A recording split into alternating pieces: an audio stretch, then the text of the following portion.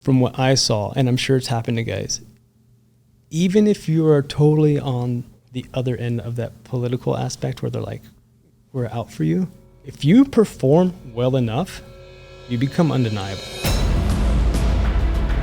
I was either number 1 or number 2 man in the door. And that was it, Salter.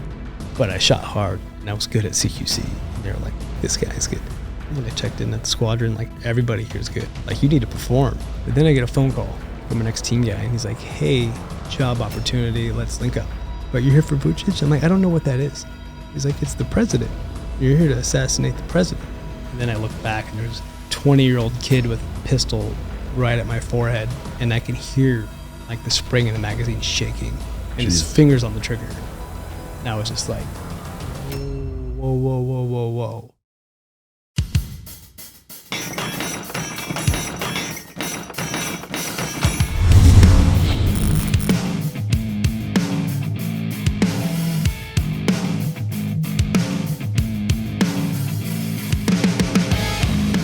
Ladies and gentlemen, as always, it's both an honor and a pleasure to welcome my next guest to the podcast. He spent 17 years between active duty and reserve time as a U.S. Navy SEAL. He spent time at Team 5, the infamous Team 6, and the Reserve Team 17. He did 4 deployments and a number of special missions, which we're going to get balls deep into. He did 10 years as a contractor with some super secret squirrel shit that we can't mention what the name is, but we are going to talk about some of it. He's the author of American Mercenary, which comes out August 20th, and you can pre-order it now. He also spent some time in a Serbian jail, which we may or may not get into. Ladies and gentlemen, he is the guy that your father warned you about in all the best ways. Welcome to the stage, Daniel Corbett. Thank you for having me. Dude, thanks for coming. So a mutual friend of ours, T. Cav, was like, dude, you got to have this guy on the show. And I was like, fucking send it. To me, as good as his episode was and as cool of a dude as he is, if he's like, hey, you should have this guy on, like, I don't even need to think about it. Your buddies with him, I take it? Yeah. Yeah. Thanks, Tyler. Yeah. What is the last book that you read? Oof. You know, I think the last book I read was The Man in the Iron Mask. like that the movie was made about? Yeah. Yeah, the fiction version? Yeah. I mean, it's a classic by Dumas. Yeah. No. What was your biggest takeaway from that? Did you have any, or was it just pure entertainment? It's pure entertainment. Yeah. If time travel was possible, where and when would you go and why? Oof. Probably the Old West, like Deadwood times. Yeah. You What? know? So, but you'd be an outlaw, right? Like you're not going to be Sheriff Wyatt fucking Earp. You know, I like to be the guy who's state sponsored that has that has less rules than normal people to go get the bad guys. I gotcha. So you're I like to be on the good side of that line. Yeah, but in the gray area. Super gray. Super gray. Do you have a favorite quote? I think Hemingway's quote, "There's nothing noble in being superior to your fellow man. True nobility is being superior to your former self." I think that one hit home midway through my SEAL career. Yeah. Yeah. Did you find yourself being competitive with other people more so than just trying to better yourself? Like the comparison is thief of joy syndrome? 100%. Or I'd be frustrated, like, oh, I ran this time, I did this. Like, I got first, what's the big deal? And it's like, you still had some in the gas tank, man. Yeah. We need you to go all the way. Yeah. So that's when it kind of clicked. No, that's a great point. What's something you wish you were better at? Everything. I would say patience. I've been told by someone very close to me, sympathy and empathy. So those two things I'm working on. You're a fucking asshole. Yeah. How many times have you heard that?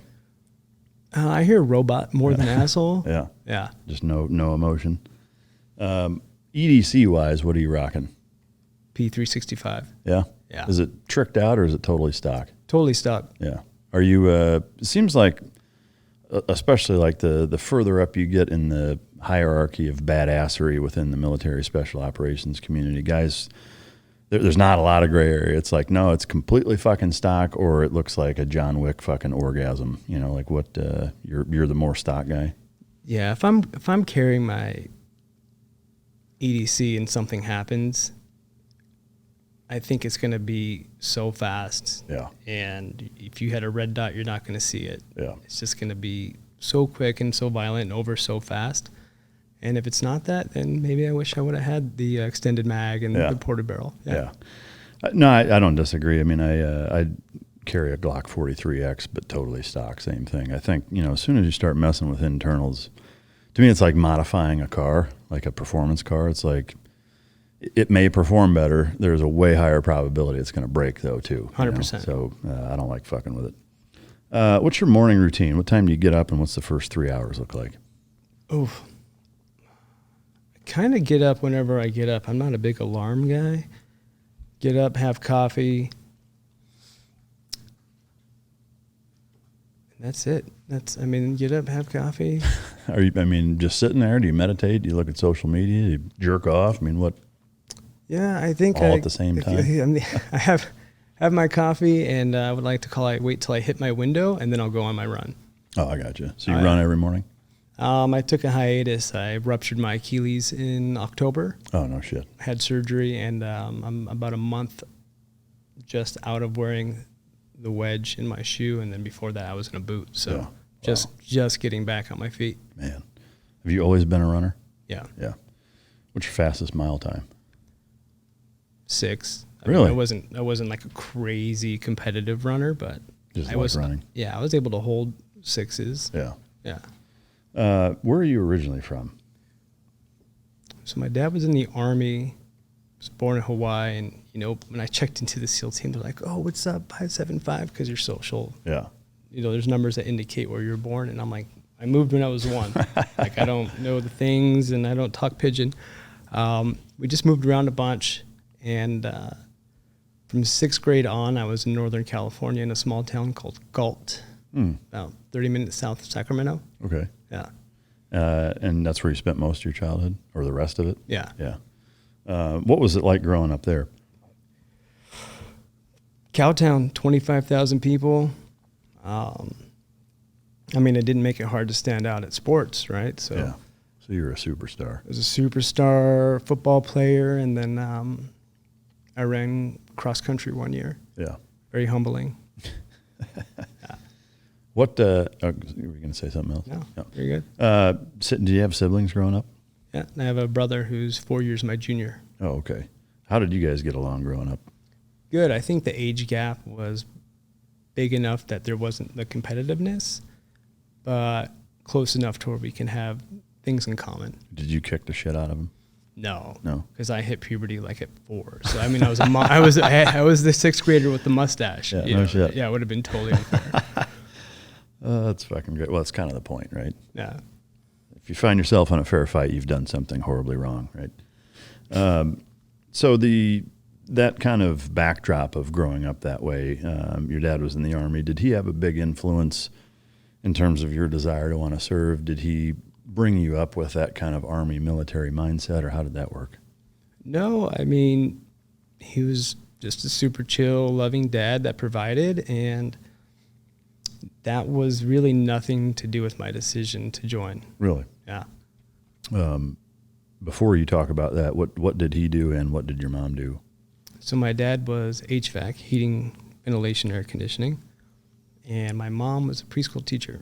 Oh, nice. Yeah. Did he drag you along on jobs starting at 13 years old or anything? Like, do you know the HVAC system? Zero. Nothing. That's magic to me. Really? Oh, yeah. Mine's broken enough in enough places that I've lived where I have at least a pretty decent understanding about it, but especially here in Texas, and same with Arizona. When that shit breaks, you got to figure that shit out quick. Oh, yeah. So what was the light switch moment for saying, you know what, being a team guy is up my alley? So I was running cross country, and the assistant cross country coach was like, "Hey, what are you doing after you graduate?" And I said, "I don't know." When you're that age, you think high school's forever. Like, I wasn't even thinking about anything else. And he's like, "You should check out this video." And it was the old VHS History Channel Be doc. Someone Special thing.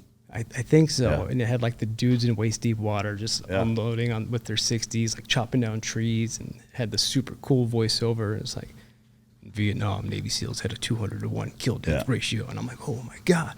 But the part in the movie that got me, they were interviewing a team guy, and he had the sideburns and the Oakleys.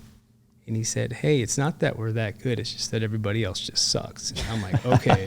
That's me. Okay. I want to be where these guys are. I want to go there. Yeah. That's fucking great. So right then you were hooked? Yeah, I signed it. I signed like the next month at 17 delayed entry program. Yeah. So did you went right at 18 or thereabouts? Yep. So I signed the year before just so I didn't get that, we need to do a senior trip. I need a year off. I was like, nope. Boom. Yeah. Next year graduated, out the door. Yeah. No gap years, right? None. So you joined it at 18. Did you go straight to BUDS, or at that time was there still A school? A school. And when I was in the recruiter's office, they're like, oh, gunner's mate because it's guns and this. I'm like, what's the shortest one? Yeoman. Mine, the one... And there's only so many you can pick that was like for the SEAL rating, and it was parachute rigger in Pensacola, Florida. Oh, nice. 4 weeks. No shit. 4 weeks. That's kind of alarming, right? Yeah, right. 4 weeks. That's fine. Yeah, you're good. Go ahead and jump. You're 18. Yeah, I only need about 4 weeks to get you up to speed to where people can depend on you with their life. That sounds perfect.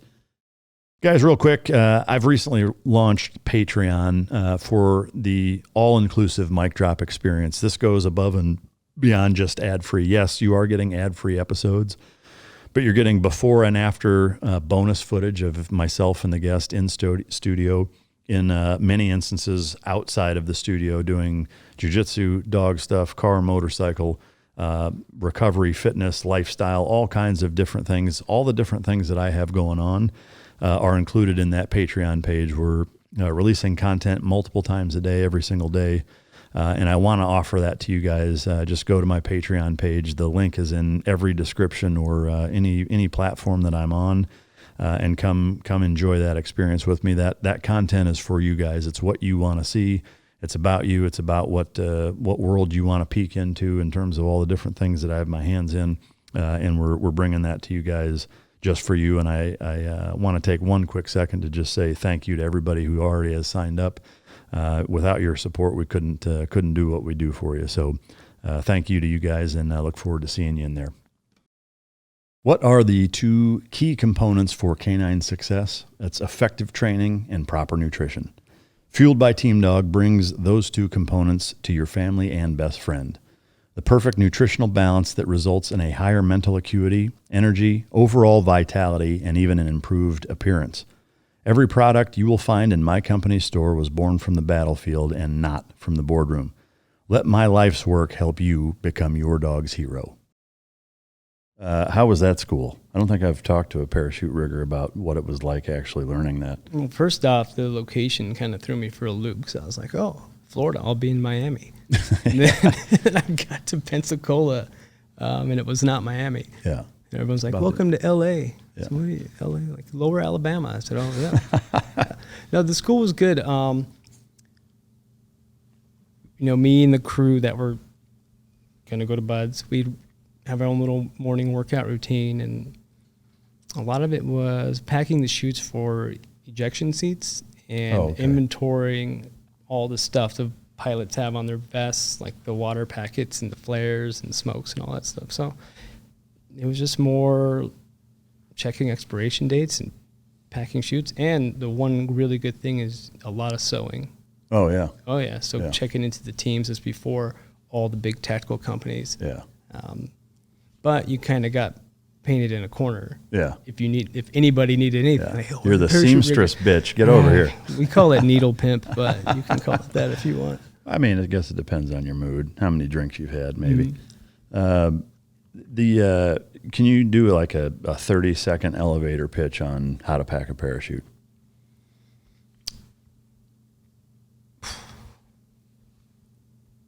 Fold it.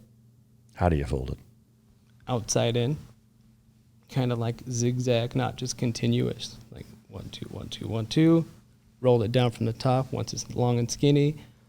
And then start pulling your lines in from the bottom and S-ing them in and putting them in the rubber bands. Nice. You had me at long and skinny, by the way. Oh, sorry. That's fun. I mean, I've actually never watched a parachute as many times as I've jumped out of a fucking plane. I've never watched one be packed because I was a static line asshole, which was awesome. But all right, so you go through parachute rigger school. Anything transformative there happen, or was it a quick 4 weeks and straight to buds? Yeah, one thing happened was when you go into buds and you're researching it, like, oh, the attrition rate's 80%, 85%. Fuck, dude, I'm training hard. Like, I'm running, I'm doing all my pull-ups, I'm swimming. How is this so high? And then you get there, and then you see all the guys that are buds candidates, and then I was like, oh, that's why there's an 85% attrition rate, because these guys have no idea what they're walking into. Yeah. Like, oh, I ran a mile today. I'm like, what? So, yeah, that kind of gave me a little bit of a boost of confidence going into it, seeing what I was up against and why those numbers were so big. Yeah. Yeah. I mean, I don't disagree. I've said for a long time now that I think the selection test is not representative of training, and I think that's a big part of why the failure rate is just so astronomical. Part of it, I mean, the fact is I think there's only so many people that are cut out for it. But having said that, I think if you had a higher physical standard to get to training, you'd at least cut some of that bullshit out, which I think is a good idea. But all right, so you get to buds. What buds class were you in? 244. Okay, so fuck, I just missed you then, I think. I would have almost been your SQT instructor. I was showing up to SQT as 244 was leaving. Oh, no shit. Yeah, so I probably saw you actually, but 245 was the first class that I actually spent the whole cycle with, and I was their proctor actually. But all right, so maybe it was 246. I should know that, but I can't fucking remember. We were talking about that. All right, so 244. Did you go straight through? Yep. Yeah. Honor man or anything like that, or gray man? No, I mean, first time every time, second phase. That's my bud's claim to fame. And, I was young. I was the bellboy. Yeah. Fucking 18. That's I mean, same here. Were there any other 18-year-olds? There's one other. We always got stuck with the changing of the water jugs for the first phase instructors, and it's like if you ever heard an empty water jug get tossed, into the fucking middle of the grind, it was like, oh god damn it. Here we go. Yeah. It's classic. All right. So you graduate 244, you go through SQT, then what? Straight to Team 5? Team 5. Yeah. And what was checking in at Team 5 back in that time like? It was wild.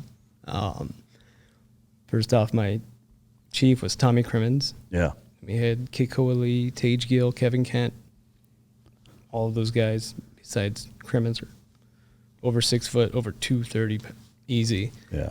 I was like, oh my God, these guys are monsters. And it was when we had the Quonset huts that wouldn't have the new building. And it was like a super badass frat house. Yeah. I'm like, oh, this is fucking great. I think Team 5 will forever be known, especially at that time. Like, those dudes were just straight partiers all the time. It was wild. Yeah. Did you get hazed checking in? I mean, I guess you could call it hazing. Yeah. Yeah. Is there a shittiest hazing ritual that you had done to you? No, I kind of enjoyed being the DD. The only shitty part was, being the new guy and paying for drinks. And when you have a bunch of guys that can drink, living paycheck to paycheck, it's just like, fuck. Yeah.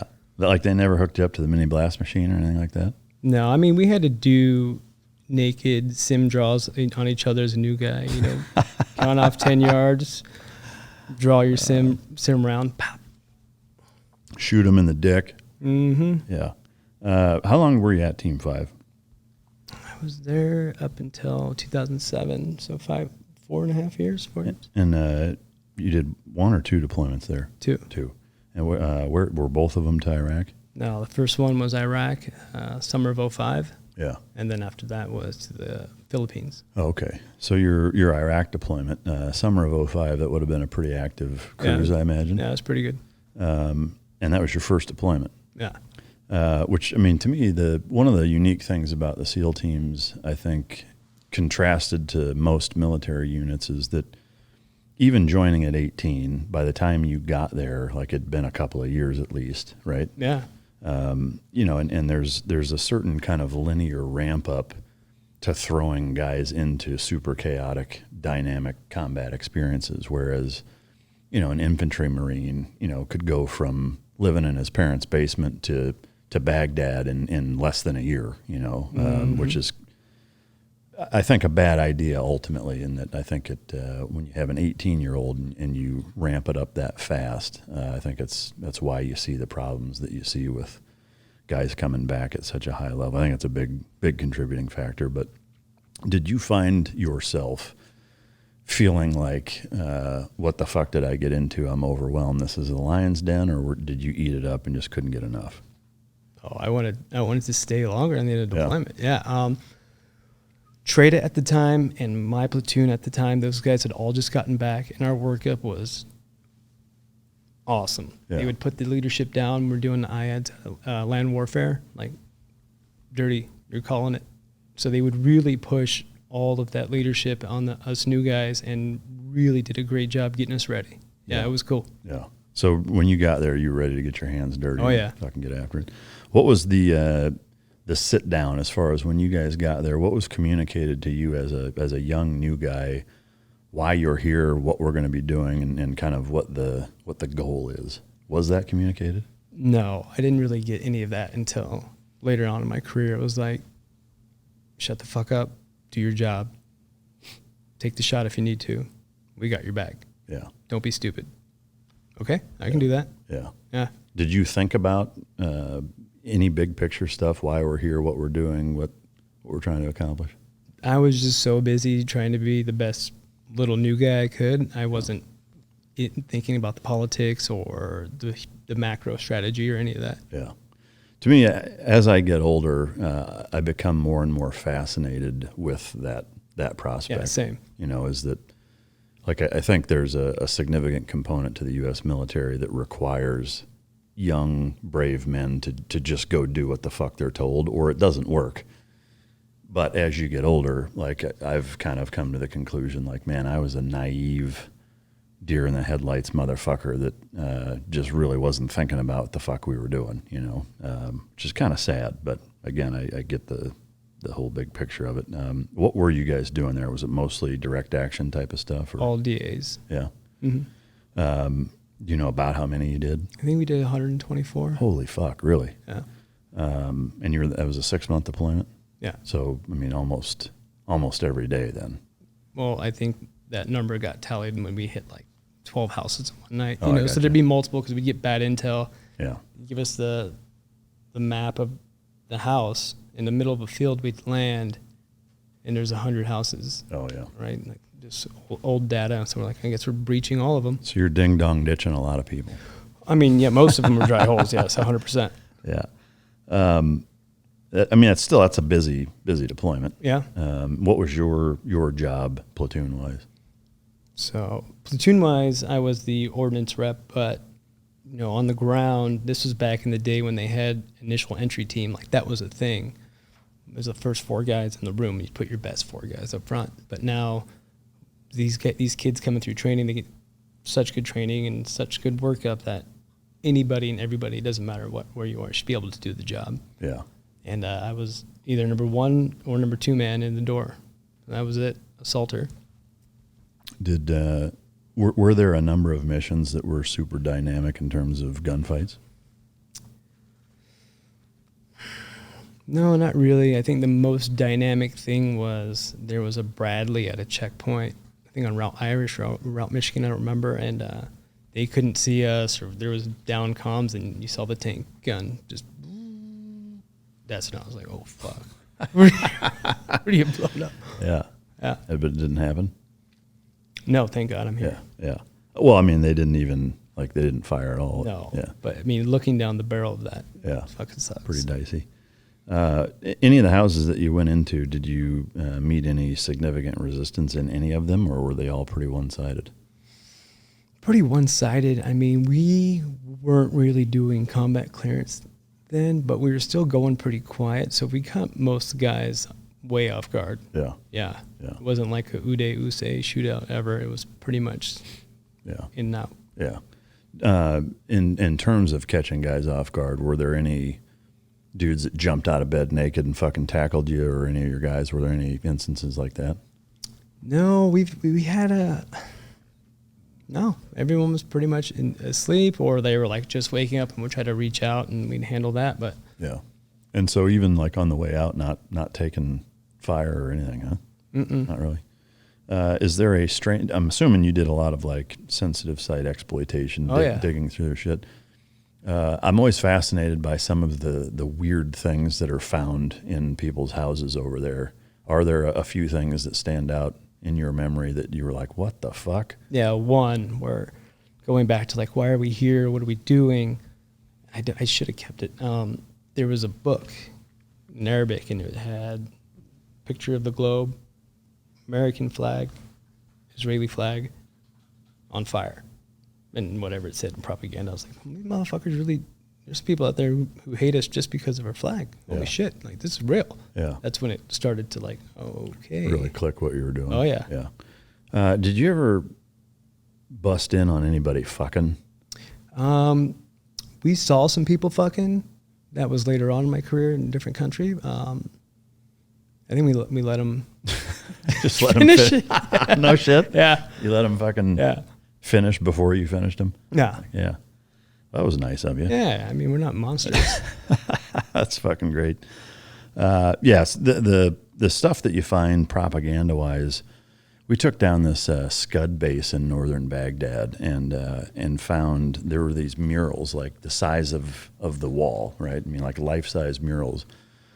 One of them was an American flag with black footsteps all over it. One was a skull with an American flag painted. It was painted like an American flag, and then there was a fist painted like an Iraqi flag coming down on top of it, and it was cracking. And then there was one that looked like Dolph Lundgren, like this blonde hair, blue-eyed guy wearing an American flag around his waist, with his hands behind his back. I've got pictures of all this shit. I'll have to fucking post it on Patreon. You can go on Patreon to check that shit out.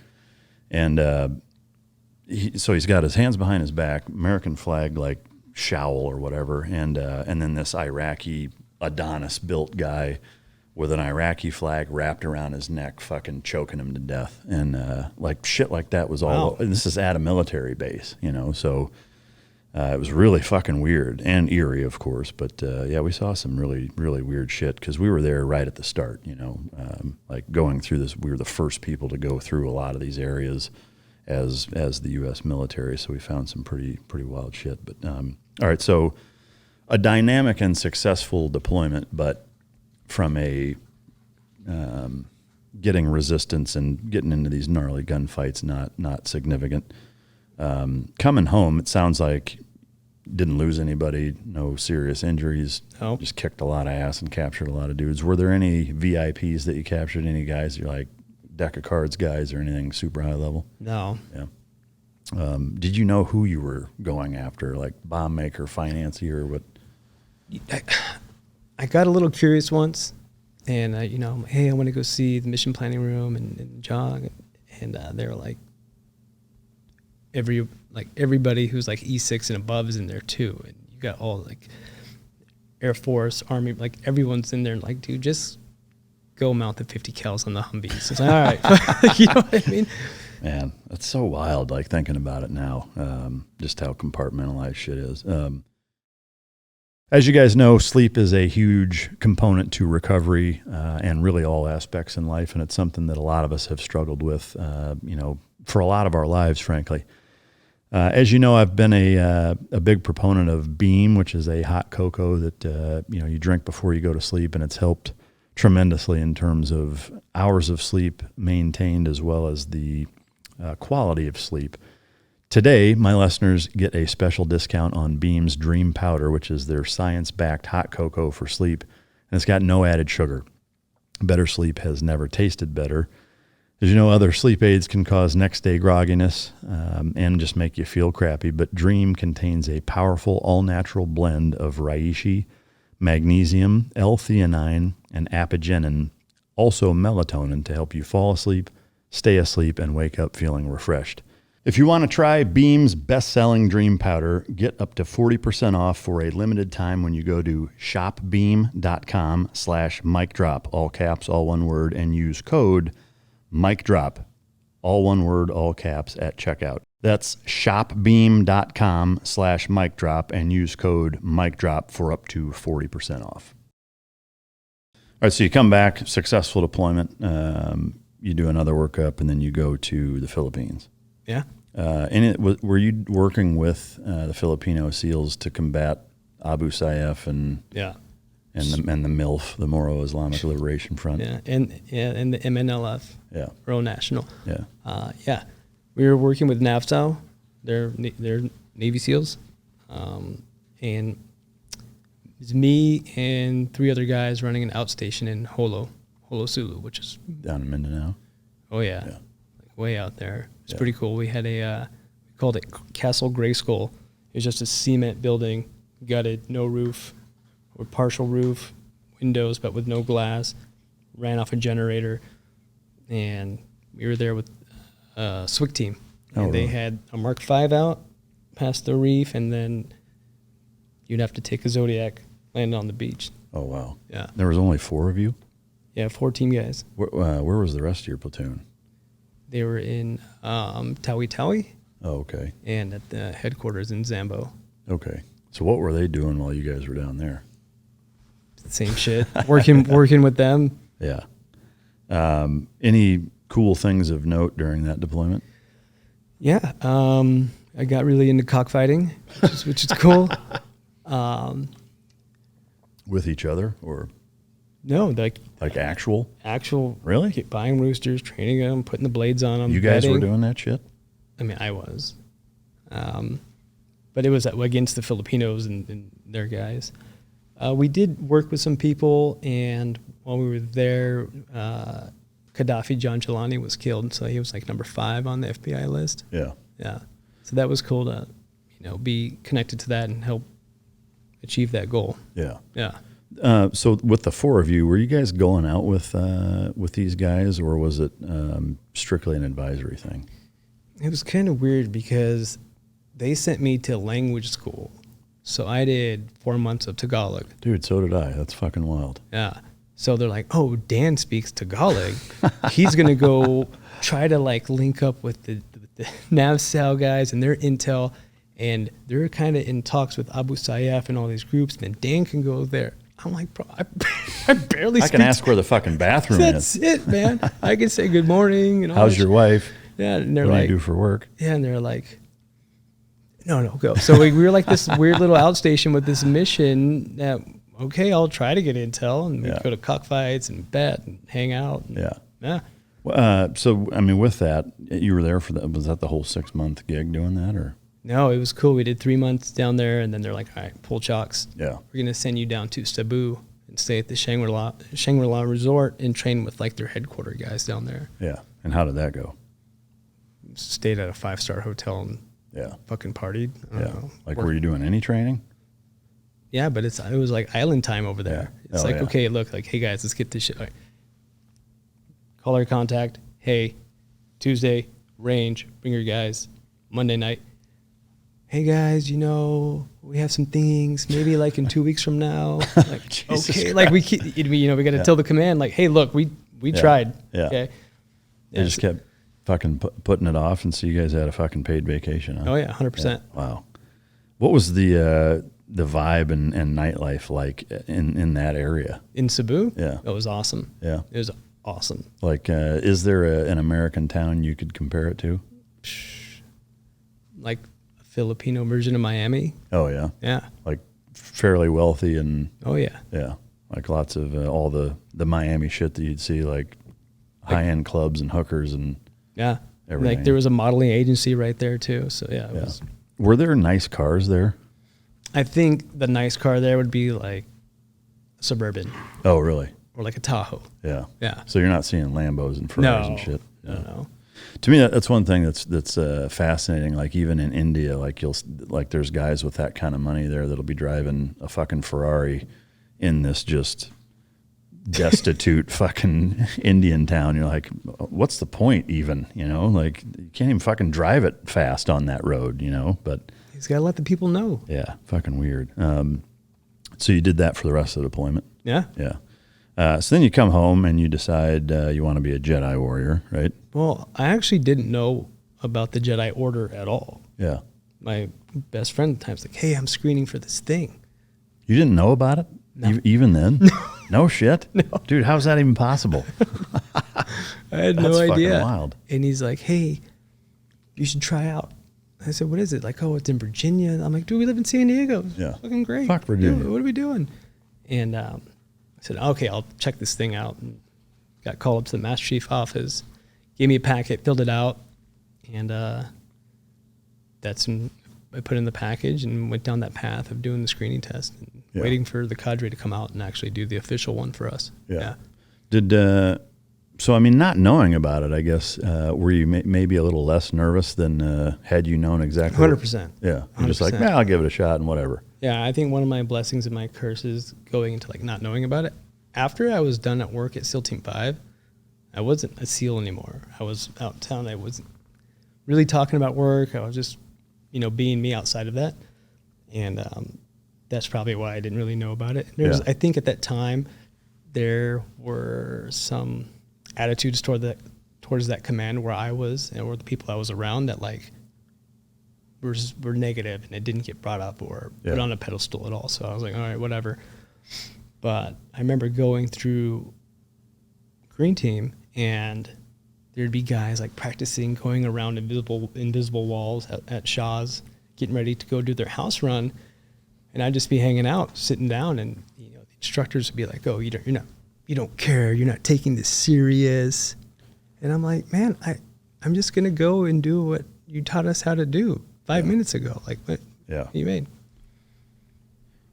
So with that, well, I guess before we get into that, you mentioned you spent a lot of time kind of out in town, or you took your SEAL hat off.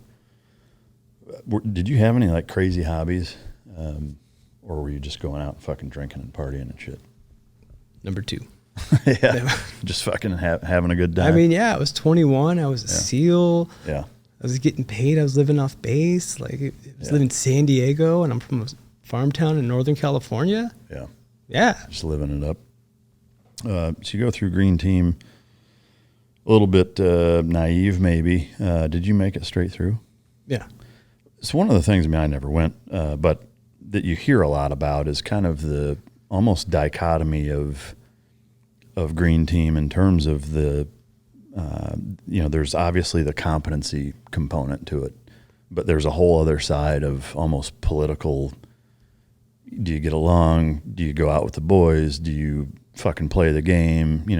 Almost like a Survivor show kind of aspect where it doesn't even matter how good you are. It's how well you fucking play the role almost. Did you experience that? Yeah. I've never heard it put as like the Survivor aspect, but 100%. That's a really good description. I was super young, and I take things serious when they need to be serious, but as soon as it's off, I turn it right off. So I had like this, like, oh, he doesn't care, he's immature, and to a point, they're right. But I shot hard, and I was good at CQC, and they were like, fuck, like, this guy's good. And you'd have the top 5, bottom 5. Like you said, Survivor, that's when you'd write down 5 shittiest guys in the class, your peers would, in the top 5.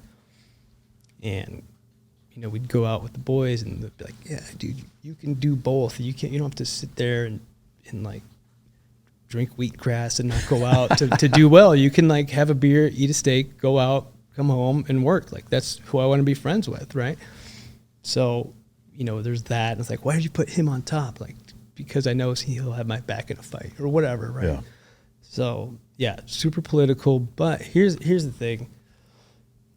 From what I saw, and I'm sure it's happened to guys, even if you are totally on the other end of that political aspect where they're like, we're out for you, if you perform well enough, you become undeniable. Yeah. It's like, fuck, we want to get rid of this guy, but like, he's too good. This shit's tight. Yeah. This shit's too tight. I wish it wasn't. Then we can have that, and then we can get rid of him. Yeah. Yeah.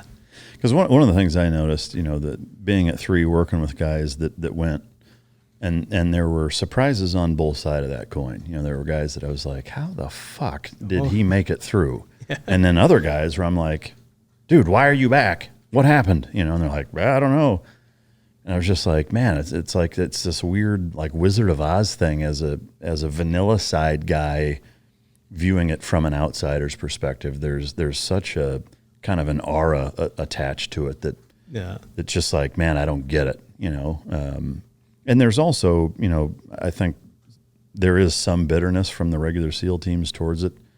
There's both. I mean, some people are bitter about it, probably a professional jealousy thing, and then or some of it is that, and then some of it is, you know, they are on their nuts and, you know, they can do no wrong, which I think, you know, somewhere in the middle is obviously the better way to approach it. But, you know, having spent time at both, what is your take on it, generally speaking, as a command by comparison? I mean, there's no comparison. You're talking about only the best guys with only the best gear, with different pool of funding, and you're the national mission force. Like, you train to do specific things all day in like 10,000 hours. I'm sure there's 100,000 hours of doing that one thing. So there was a time when it wasn't as who's more current, right? Because like Team 5 when I was in Iraq in 2005, still Team 6 was like, we're waiting for this big guy, and then we'd go do all the DAs. But besides that, the people who are being used the most and doing the most shit, it's still Team 6. Those guys are getting the reps in. So you have the experience, the money, the funding, the skill set. It's really hard to even compare. Yeah, it's like totally lopsided.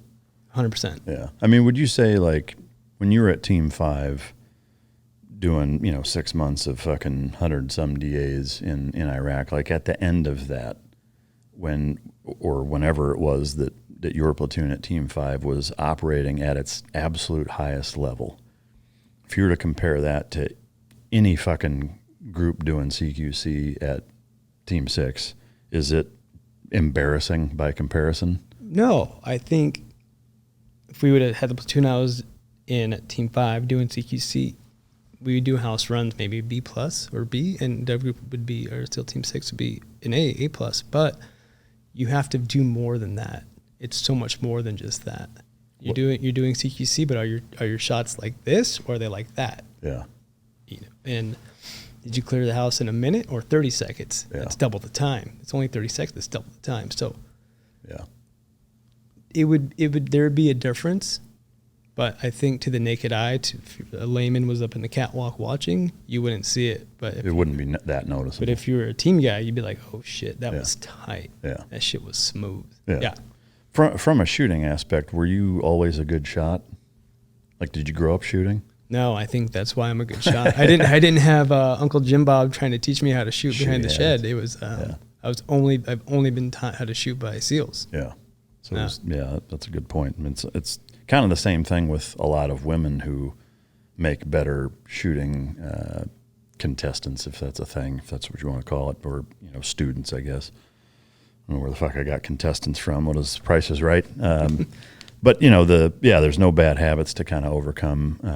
I was left eye dominant and didn't know it, so I came in. Worst. Yeah, I didn't do a ton of shooting growing up, but I did just enough to be comfortable right-handed, and I'm left eye dominant, and it was fucking horrible. They're like in third phase, they do the dominant eye test, and they're like, "Oh, you're left-handed." I was like, "No," and they're like, "Yeah, you're fucking right-handed." And I was like, or left-handed. I was like, "No, I shoot right-handed." And they're like, "Not anymore."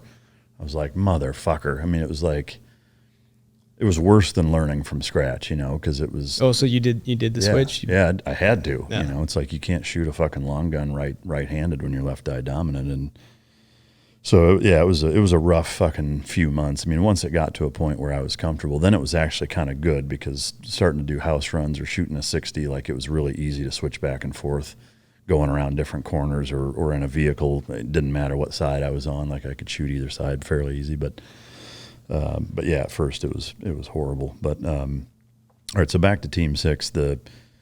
not really knowing as much as what to expect. When you made it through Green Team, do you remember how many guys started and how many made it? Yeah, I think we had about 54 or 55, and we graduated with 24, 25. Yeah. Almost a half. Once you made it through, was it harder than you kind of thought it was going to be? Like, were you like, holy shit, what just happened? What was the... I mean, it's a long course. There's things I wasn't ready for or expecting. Everyone knows it's shooting CQC. Like, that's the main gig. That is the crucible. But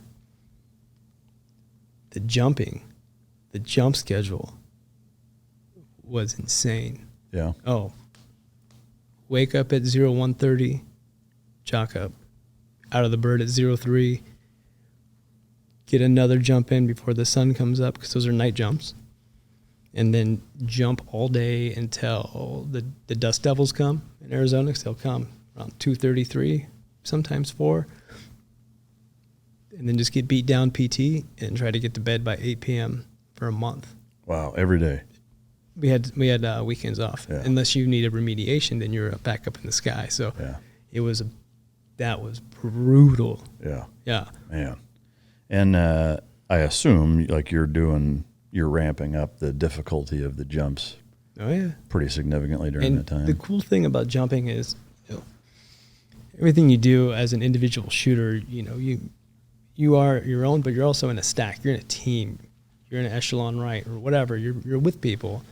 When you start doing big offsets under canopy, you can jump out as close as you guys want to each other, but that doesn't mean you're going to be close when you're under canopy until the very end, right? Yeah. So there's no following anybody. You kind of have your attack board with your GPS and arrows pointing this way, but you're going this way in the wind, and you have to figure all that out. So it's really cool because that gets you back to that like individual skill set again. Yeah.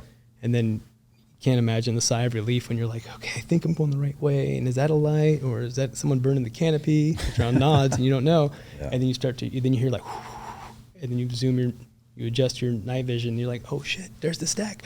I made it. It's like, oh my God, I made it, and go get in the stack and land with your guys. Were there ever times where you were fucking totally lost and you never linked every up time until about 5,000 feet? Yeah. Yeah. I'm like, I think. Yeah. I mean, I don't know. And then I would just like see a canopy out in the distance, and then I'd see, little stack. I'm like, oh, thank God. Yeah. Yeah.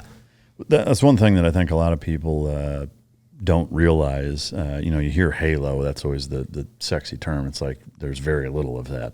Yeah. It's all hey ho, which do you remember the longest distance traveled under canopy that you guys ever did as a group? I think 27 kilometers. Yeah. Yeah. Just crazy. I mean, that's like jumping in Afghanistan, landing in Pakistan, or vice versa, I mean, that's, maybe. I don't know. You maybe. could do that. You could. It's feasible, yes. Yeah. What's the highest you ever jumped from? 30. 30? Yeah. Wow. And is it above 15 that you need oxygen? 12. Jumping from 30, did you get under canopy right away? Yep. Yeah. So that's one of the 25, 27 kilometers. Yeah. The higher up, obviously, further you go, and you lose 3 degrees of temperature every 1,000 feet. So it's freezing. Super fucking cold. Yeah. What are you wearing? Well, as the years went on, we had electric gloves, electric vests. I had the level 7, like full on, like the little kid from Christmas Story. I mean, I was bummed. I hate being cold, so I wore everything. Yeah. Yeah. So in a situation where, like, let's say you're jumping into somewhere hot, how do you leverage that? Same way. Once you land, just de-jock. Just get rid of it? Yeah. Are you carrying it with you? No. Just leave it? You leave the parachutes, leave everything. Leave everything. Yeah. Real world, you did jumps, right? I did one. Was it the Captain Phillips thing? Yeah. Yeah. So that not the same though, right? No, I mean same. You ditch. But it's in the water, right? Yeah. Yeah. But so hypothetically, in a real world scenario, you're doing a mission. You jump in. You guys are just leaving all that shit there. There's no worry of. I think a supporting element will come get it. Yeah. After, if it's safe. Okay. Yeah. I mean, because it's just an insert platform. Yeah. You know what I mean? You don't want to, they keep messing with your insert. You can go do the mission. Yeah. I've heard that from a number of people, how brutal the jumping schedule is in Green Team. CQC jumping, what other elements are there that are tough, or I guess just in general? Mount or South, which is always fun. You know, you're in a fake city with role players and, you know, force on force. And some other stuff. Yeah, that's about it. We did some things. No land nav or diving?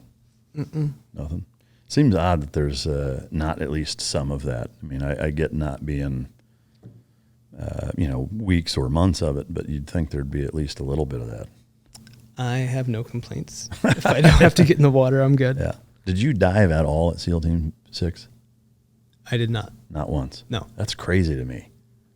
I don't know. I mean, I get that you don't want to do it, but as a SEAL, you'd think being the Tier 1 premier special operations naval force, there'd be some of it. I don't know. There was. I just never did. I got you. Can you talk at all about what type of diving goes on there? I wouldn't know. You wouldn't know. Like you didn't know anybody that did it that you guys talked about? Like a different troop or a different team would go do a trip somewhere. All right, so you make it through. Feeling of accomplishment-wise, how would you compare getting your Trident or graduating buds to making it through Green Team? Do any of them stand out above the rest? I think once you get drafted to a squadron, it's second to none. Yeah. Yeah, because it's like, oh, I did this thing, and then you go do this thing, join the SEAL teams, and you find out there's another thing. It's like, well, fuck up. I might as well go do that and see if I'm that. And then, so yeah, that was the pinnacle for sure. Yeah. And how does that work? Like once you make it through Green Team, from the day you graduate until you're drafted, is that how it works? Is they actually drafted? You've been drafted before you graduate. Oh, really? Yeah, and then you're kind of on probation for a year, and then once. But before that year's up, once you're at the squadron and you're doing stuff and you do some trips, and then they'll have you ER'd in officially and you'll get your patch, but then you're on probation for a year. Yeah. Like I guess it's just way easier to get rid of go back. Yeah. Does that happen often? I don't think I've seen it. Oh, really? Uh-huh. So it's possible, but not probable. Yeah. I mean, why would you just keep your shit together for one more year after all the work you've done? Right. I guess in the cases of the guy that they want to get rid of, but he's too good. Like then he goes there. If he just rubs everybody wrong, no matter how good he is, I mean, you can. It'll still happen past that year mark. Yeah. Anyways, yeah. In terms of that drafting process, how does that work? Like, I never was high enough to sit in on it, but from what I've heard, they'll be like, "Oh, this guy's a sky god." And we don't have a jump master. We just lost him because he made master or whatever. They will feel just like a football team, like, hey, we lost our starting defensive end or strong safety. We need to go pick up a strong safety. Yeah. Yeah. And do you know why you were drafted you went to Red, right? Yeah. Do you know why you were? Yeah. I was the guy we talked about that was really good, but was kind of a dick. The Master Chief at the time was like, hey, what's up with this guy? And they said, oh, he's 23 and he's got an attitude. And he's like, well, let me see his paperwork on operating. And like, he's good. And they said, well, yeah, he's good. But like, he goes, well, you telling me there's a 23-year-old who's good and is a little bit of a cocky asshole? I'll fucking take him. What's wrong with that? He's like, perfect. Yeah. I mean, to me, that like you want a fair bit of that, like you. Yeah, but when you show too much personality at the beginning, when you're trying to be part of a club, it's like, who the fuck do you think you are, kid? Yeah. But to me, to be fair, like looking at it now as a mid-40s guy, owning business is kind of the same thing. Like, yes, there's a fine line, but to me, especially in that job, somebody that's that young who has that kind of balls, that's like, yeah, I'll fucking show up with attitude. Like, as long as it's not so far over the line to where it's like just being a disrespectful asshole. Yeah. To me, I would welcome that, I mean, like I wouldn't want, if I was in charge of a troop, like, or a command or whatever, or if I was the fucking Secretary of Defense, like I would want guys who aren't Boy Scouts, who are cocky, arrogant pricks. Like, I don't want somebody second guessing themselves or that's so humble that it's like annoying. 100%. And I think I've talked with Taylor Kavanaugh about this. It's like, I'll always take the guy on the team that I need to rein in versus a guy I need to push to, like, hey, believe in yourself, go. Yeah. Like, hey, don't rip that guy's head off. For sure. Right now. Yeah. Let's Later. go. Let's go. So, yeah. That's tomorrow. All right. So you get drafted, you go in. How was that year of probation? Was it nerve wracking or was it? Yeah. I mean, I was way in over my head. Yeah. Green team is one thing. Being at the squadron that's when, the Ferris wheel that goes around on fire 100 miles an hour, that's when that starts. Yeah. I mean, I checked in and we had within 2 weeks, I was packing up a bag to go do a mission I knew nothing about. On a blowout, pager went off. And I was like, what is going on? So I didn't really have time to be nervous about the probation because it was, boom, we did that blowout, came back, learned how to operate with my team, and went straight to Afghanistan. What was the blowout mission? Can you talk about it?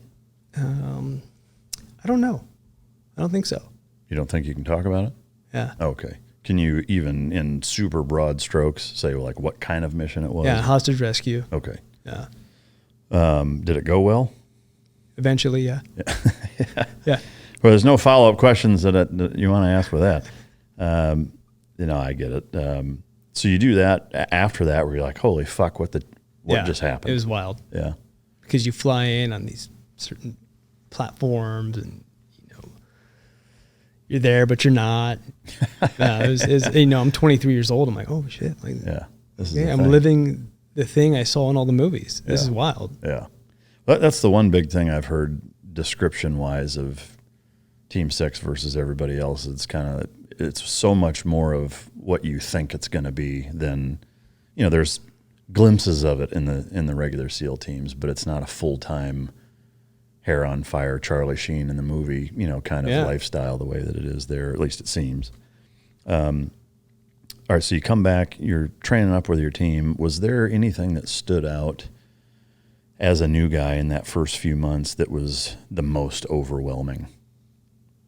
The dedication the guys in my team had inside and outside of work. I never had that at Team 5. I had the long sideburns and would only help load the pallet a little bit because I was cool and I was good. And I was like, oh, dirty. And I got a real big reality check when I checked in at the squadron, like, hey, motherfucker, everybody here is good. We don't give a shit. We don't give a shit how many girlfriends you have or how cool your fucking sideburns are. Like, that doesn't mean shit here. Yeah. Like, you need to perform. Yeah. And I did for a bit, but ultimately, like, I still was taking my SEAL hat off after work. Mm-hmm. And when you're at that command, you can't. Like, that's who and what you are. Yeah. Yeah. So speaking to that, if you could kind of elaborate, like what is the op tempo like? I know it changes. I mean, so for you at that time, like what does a typical year look like? Well, when I was there, it was like a 3-month cycle. It was like 3-month schools, 3-month workup, 3-month standby. Standby, you just go to work from Tuesday to Thursday and do house runs 8 hours a day, 10 hours a day. That's it. That's all you do. And then after that, deploy. So it's Tuesday, Wednesday, Thursday, and then the rest of that week is off? Like Monday is your admin day for paperwork, and Friday was fuck off. Frogman Friday. Admin day part 2, like whatever. Call it what you want. In your off time, like in those days, I guess, is it 8 to 4, 8 to 5 that you're there at the command? Or is it longer than that? It should be. It should have been longer for me. I was like, oh, we're done, and I just leave. And I would check with the guys and stuff, but those guys were in there, like making sure their cage is tight, making sure their gear is perfect. Like, I'm like, that's good enough. Yeah. And there was like, depends, right? We're doing night ops. We're doing this. We're doing helos are coming in, whatever. Or we're gonna go do some VBSS. But on standby, 8 to 5, whatever. Yeah. In your off time there, did you do anything extracurricular that was helpful to being a team guy, or was it all blowing off steam? Opposite of helpful, I would say. Yeah. Just fucking trying to balance it out. Yeah. Just all partying, fucking hanging out. Yeah, I mean, I was 23. Now I'm 23. Yeah. Right. I just bought a house, and now I'm at this command, and I'm, definitely wasn't giving the command as much attention and dedication as I should have. I like, hey, I'm a good shooter. I did house runs. I jump, whatever. And that's not what that place is. You need to be ready to go. I agreed, that makes sense. But to me, and I'm curious, I guess, it seems like there's also an aspect to balance, at least a little bit. I know that whether it's entrepreneur, anything at a super high level, it's not balanced. But there still has to be some blowing off of steam, some relief. Yeah. Like, did you see guys that went so far on the dedication route that it was actually counterproductive? I mean, I think we all have, right? Yeah, but I guess there especially. Like, I'd see guys like avoid going home. Like, hey, I have to organize my rubber bands by length and width. I'm like, is everything okay at home, boss? I guess like from where it was actually affecting them negatively performance-wise, where they were too switched on too often. No. I've never seen anyone be affected that way at that command. Yeah. Only how it affected me. I had more than enough balance on one side. I was off balance. Yeah. So what's a typical blowing off steam evening or weekend look like for you at that time? Oh man, you go to CPs, you go to Hot Tuna, you just hit all the spots. Just drinking? Yeah. Hanging out? You chasing ass? All day? All day? Nothing beyond that? It was just drinking and chasing girls? Like, was there anything more to it than that? 23. Yeah. 23 years old, right? Walking around with your dick? Yeah. I can relate. All right, so you continue to do that workup after the big mission. You deploy to Afghanistan. Yeah. It's your first deployment with SEAL Team 6. Tell us about that. It was awesome. It was pretty surreal, actually. Yeah. We I think our first stop, we're rolling out, and a couple of the recce guys are like, hey, give me one assaulter. And my team leader at the time was like, yo, Corbett, get up here. And I was like, hey, what's going on? Just over this ridge, there's like a little sentry post and these rocks they built. There's like 4 dudes. We're gonna go hit those guys.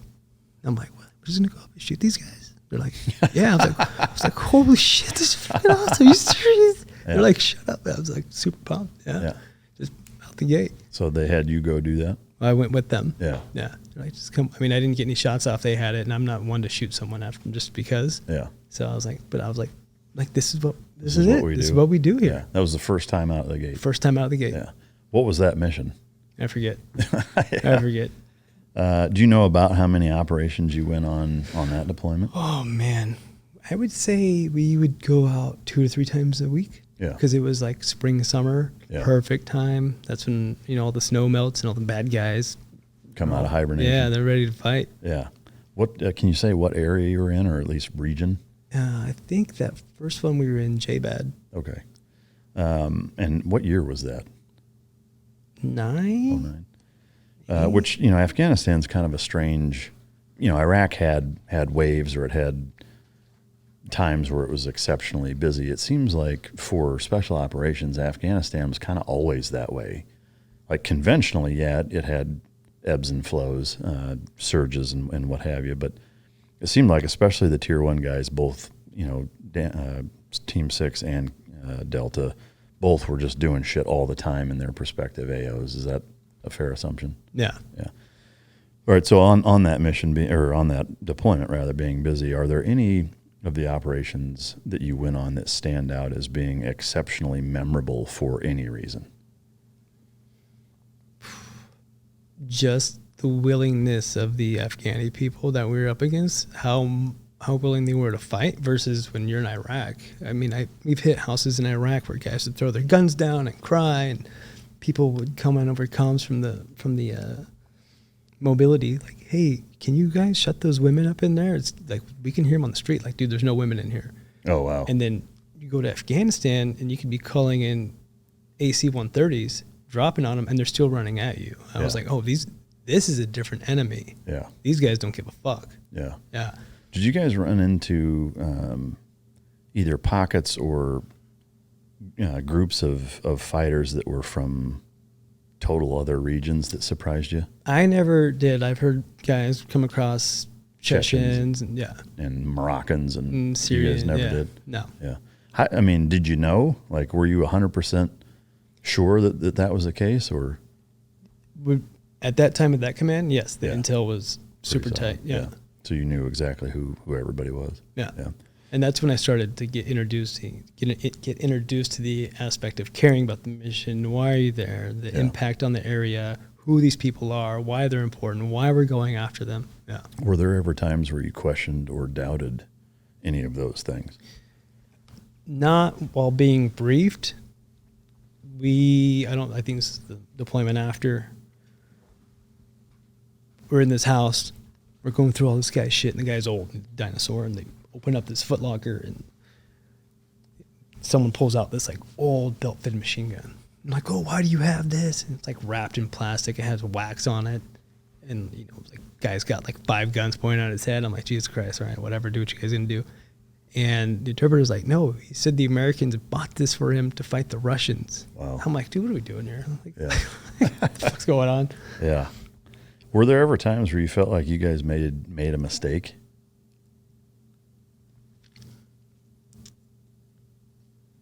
No. No. I think, yes. We went on an op because we didn't want to lose our helicopters to another unit for 2 weeks or whatever. So it was like you have $4,000, you got to spend it before. And it was like 75, 80% aluminum. We load up the helos, we're flying in. Bird 1 lands easy. We had like 13 RPGs fired at us on insert. Holy shit. Yeah.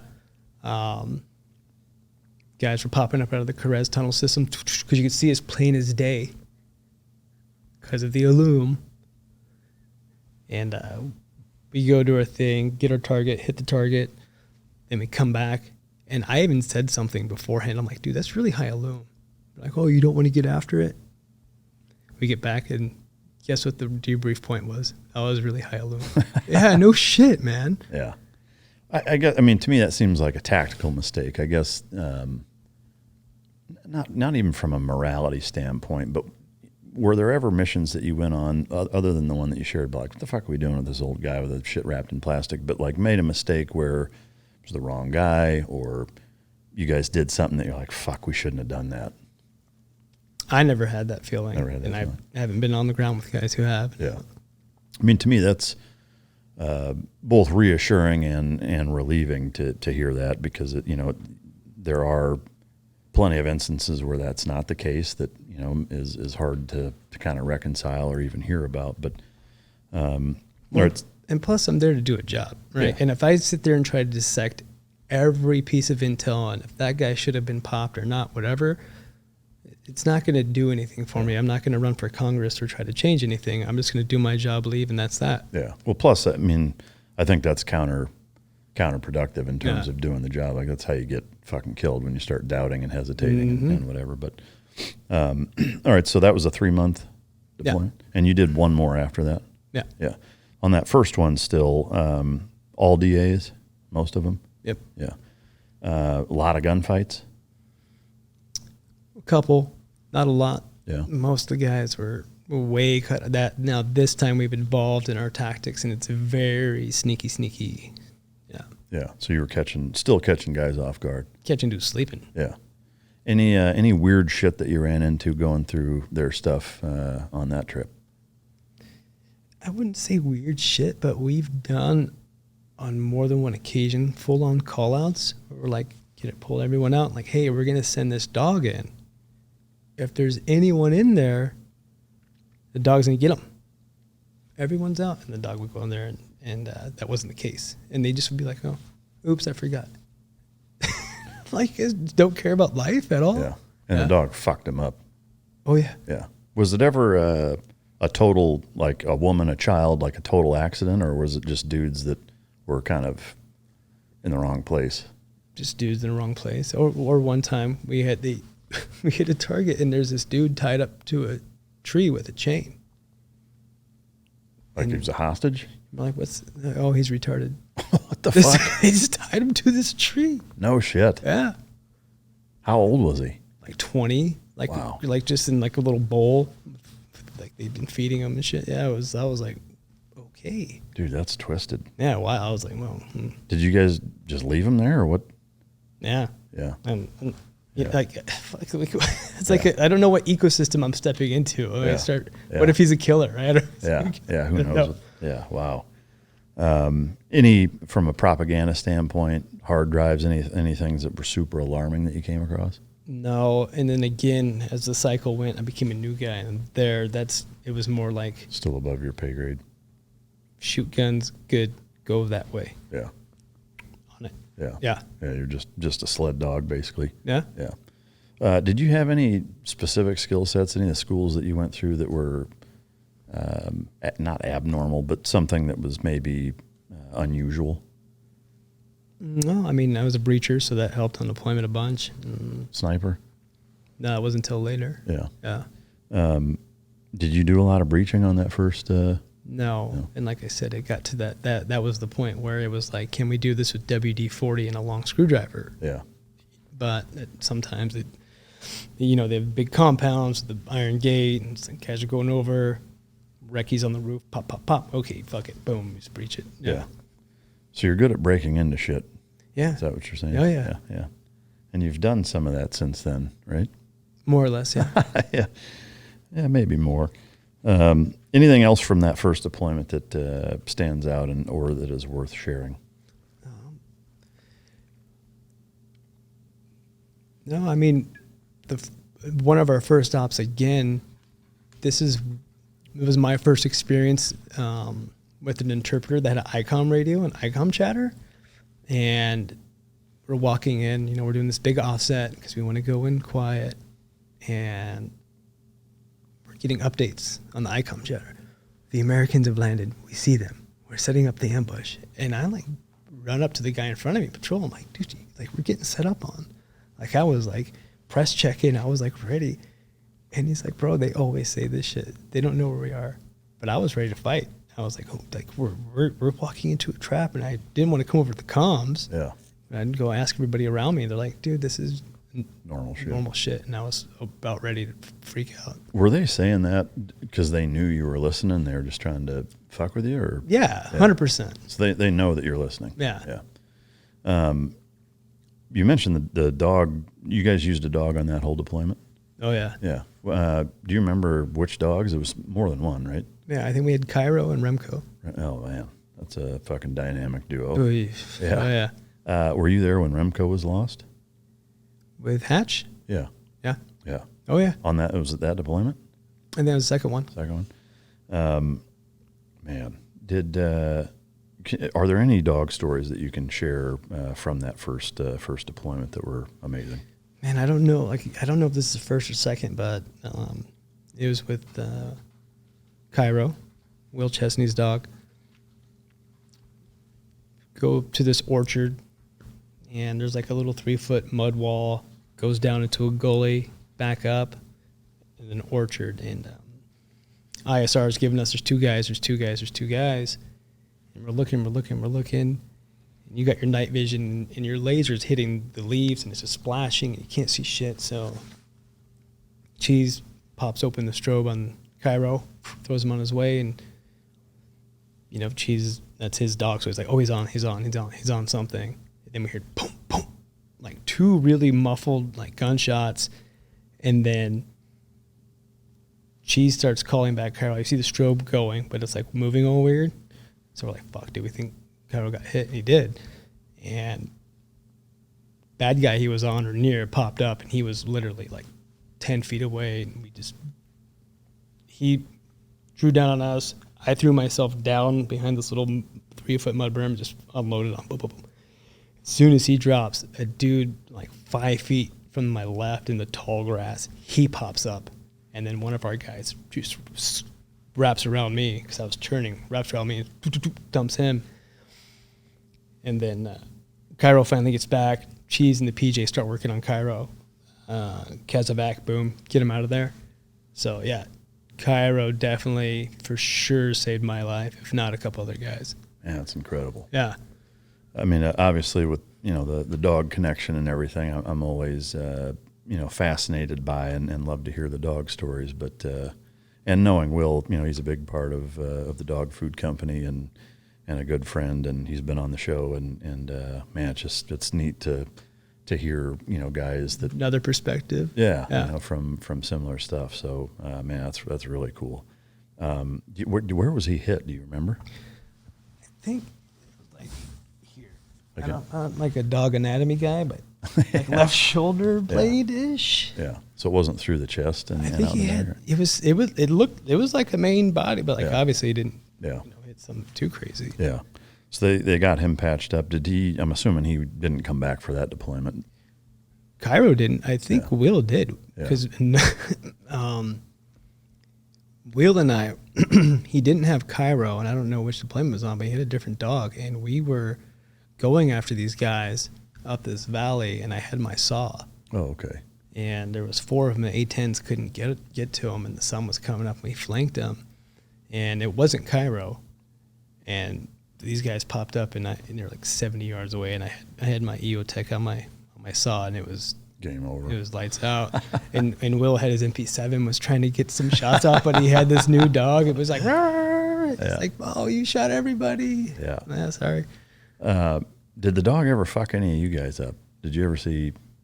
No. I've heard stories, though. There was, I forget the dog's name, but he was crazy. Like, they had to lock him in, like a room during the day. Oh, no shit. Just fucking nuts. And then he would, like, after the op, we'd be all, like, watching a movie or playing Xbox or whatever, and he'd be like, hi. You're like, and, you don't want to show fear, so you're like, hey, buddy. Don't murder me. Yeah. Man. Is there a gnarliest bite that you remember that a dog got somebody on? Oh, yeah. I've seen, like, if you get a chicken wing and you go, whoop, whoop.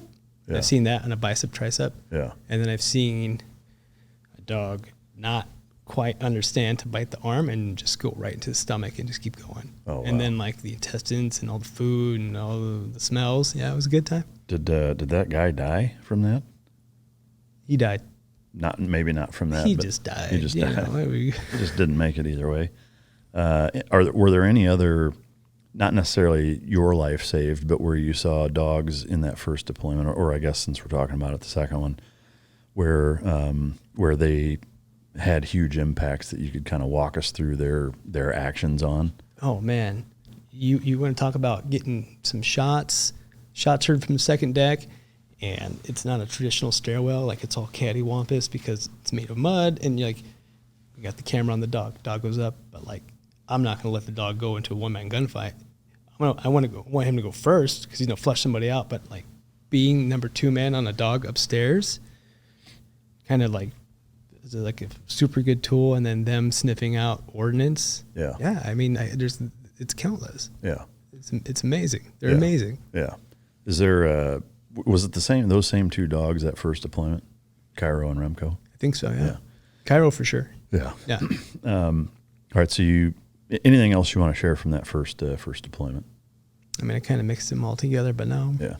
So you come back, you wrap up your first deployment. Were you, from a mindset wise, kind of where were you coming back from that? Were you like, dude, this is awesome, I want to do this for the rest of my life? Or yeah 100%. Yes and no. Like I said, I was still back from deployment. I'm gonna go party. Wear my Raiders hat and go to the club. But it didn't click for me. Yeah. Almost till it was too late. Yeah. Yeah. How long were you back? Was it another 9 months and then you went back? Yeah. I mean, we got between that time and the next one was Captain Phillips. Oh, okay. Yeah.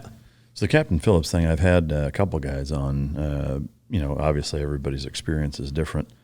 Can you kind of walk us through that whole gig? Yeah. Well, first off, I never knew how big of a deal it was. apparently that command was stood up to do American hostage rescue at sea. I didn't get that on the history course in briefing. I was just thought it was just guys who go do shit. Yeah, so we had gotten word that something was going down on the Maersk, Alabama, and we were like, okay, we're on standby. We asked for the safety boat, the little orange one, to be brought over to us so we can like try to climb up it from the water and see if it doesn't move or whatever, and couldn't make that happen. So the next day we did a walkthrough of loading up the birds, and I was being trained as the loadmaster. So I just have these clipboards and massive pamphlets and like all the weights and head count and extra parachutes, extra altimeters, you name it. We go do what's called a bag drag, load up all the trucks, drive to the airfield.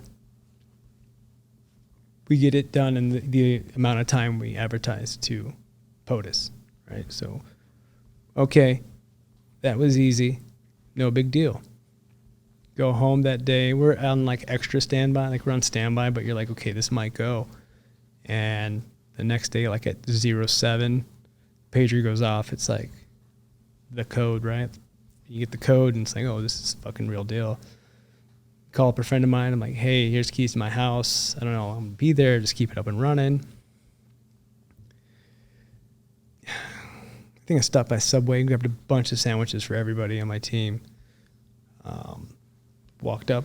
Are you the loadmaster? I said, yesterday. Here you go. Boom. Stack of books this big. Here's your shit. I'm like, fuck, dude. All right.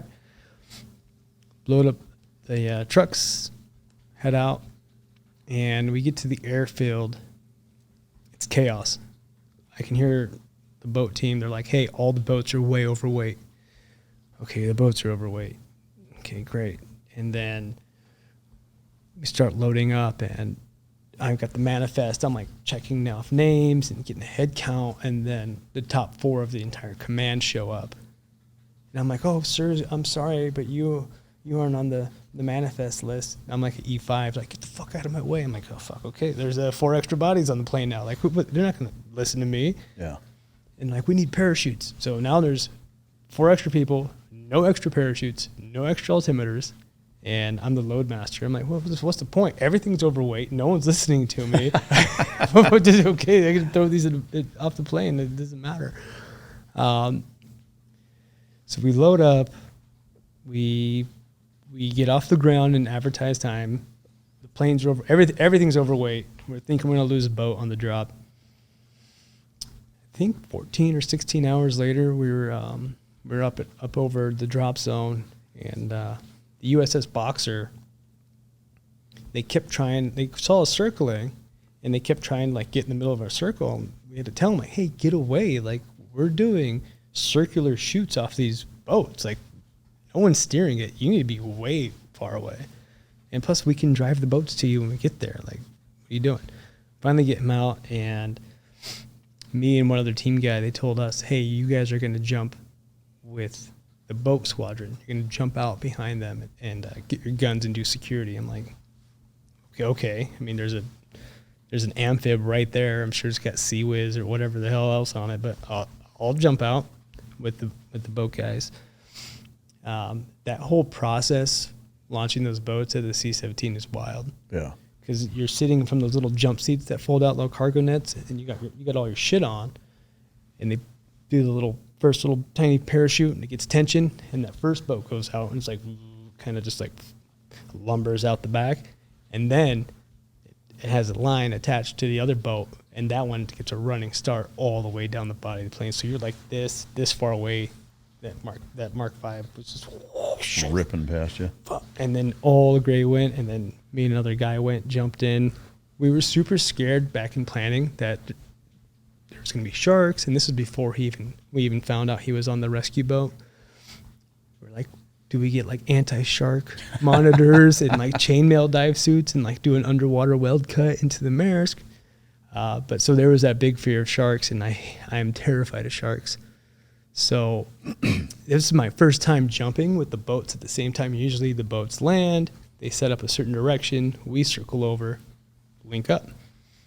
So I'm like doing my count, boom, popped my parachute. Got a little wonky on exit. Flew it. And I look down and I just see green. I'm like literally feet away from the top canopy of one of the chutes. And I'm like, oh shit, that's right. I'm jumping with the boat. So I get on my brakes, follow it, do some little tiny turns. And as soon as the boat splashes, I landed within like a foot and a half of that thing. I went, cut my shit off and jumped in. Get the fuck out of that water. No, thank you. No, thank you. Yeah, because there's a shitload of sharks in that Somali water, right? Yeah. Yeah. So we jumped in, and then they got the boats up and running, did another pass, and the rest of the guys jump in. It was cool. We had a couple guys that were new that hadn't got their red team patch yet, and before they left the ramp, it was like handshake, red team patch on your shoulder. Oh, wow. Jump in. And I was like, that's fucking cool. Yeah. That's a cool way to patch in. Fucking A, it is. Yeah. Is it kind of, when you, even saying patching in, it sounds kind of similar to like the biker gang thing. Is there an element of that kind of? Yeah. You're like verified. Yeah. That's wild, man. That's cool. All right. So these guys get patched in. You're on the boat now. Then what? So the rest of the guys get in the water. And all the boats, none of them sank. We made it. Good job, Loadmaster. So we start heading towards the USS Boxer. And since we had so many extra guys, there's like people sitting on the sides of the boat, sitting on the front, like they're on some sort of like cruise. It was wild. Like a Haitian migrant fucking boat? Yeah, full on. So we pull up, and the boats get craned up. And we get brought in through the amphib, which I don't know anything about Navy ships at all. Some of the crew had no idea we were there. We had like cut off cries, had my beard and shit, and walking through the galley. And this kid's like, "Hey, what? You asked if I had a no shave shit, I was like, "Bro, what?" So they gave us a berthing, and I have a lot of respect for the sailors that are on ships because they cleared out like a whole section for us, and it was like, chunk, chunk, chunk, like 4 bunks, like this much room. I was like, dude, I hope we're not here for a long time. Yeah. So the plan was we sent a team out to the Bainbridge, the other ship, and a lot of us stayed back on the Boxer, and it was like, hey, trying to figure out how we're going to do this. Captain Phillips had already jumped off and tried to swim to just out of desperation or whatever, jumped off, and they shot AK rounds at him and pulled him back in. So like the situation was getting more and more intense. They had somehow got a hold of one of the guys, or he surrendered or whatever. So there's like 1 pirate in custody, 3 on the little boat. That little boat's being towed by a rope from the Bainbridge. And we just sent a team out, and they were just pretty much on the fantail 24 hours a day, like trying to check out the situation. Meanwhile, me and the guys I was with at the Boxer, we're like doing all this planning, like, okay, they want to be towed back into where their little pirate camp is, but we're going to tow them here, and we are going to have already done an OTB. And then what do we need to do? Get our boy. Let's go. So that was my team's task, was to do an OTB. Which is over the beach. Over the beach, little swim in, little like straight up frogman shit. And I was like, okay. Wait for them, do an ambush, hit the pirates, grab Captain Phillips. And then, meanwhile, obviously I wasn't on the other ship. They had always clear eyes on 2, but not the third one. And finally, one of the guys on the fantail was like, hey, this third one's starting to show himself. I think I got him. When I go, are you guys good? And they're like, on you. And then when the guy had the third, boop, boop, boop, boop, done. And one of the coolest things about that mission is, do you know in Bud's O course when you do the slide for life? Yeah. At the very top? You're like, this is cool. I feel like. When am I ever going to do that? One of the guys, no shit, slide for life. Yeah. Across from boat to boat, and did it. Dude, that's awesome. Yeah, it was badass. One fucking time. That's great. That shot, it's such an epic feat of military execution.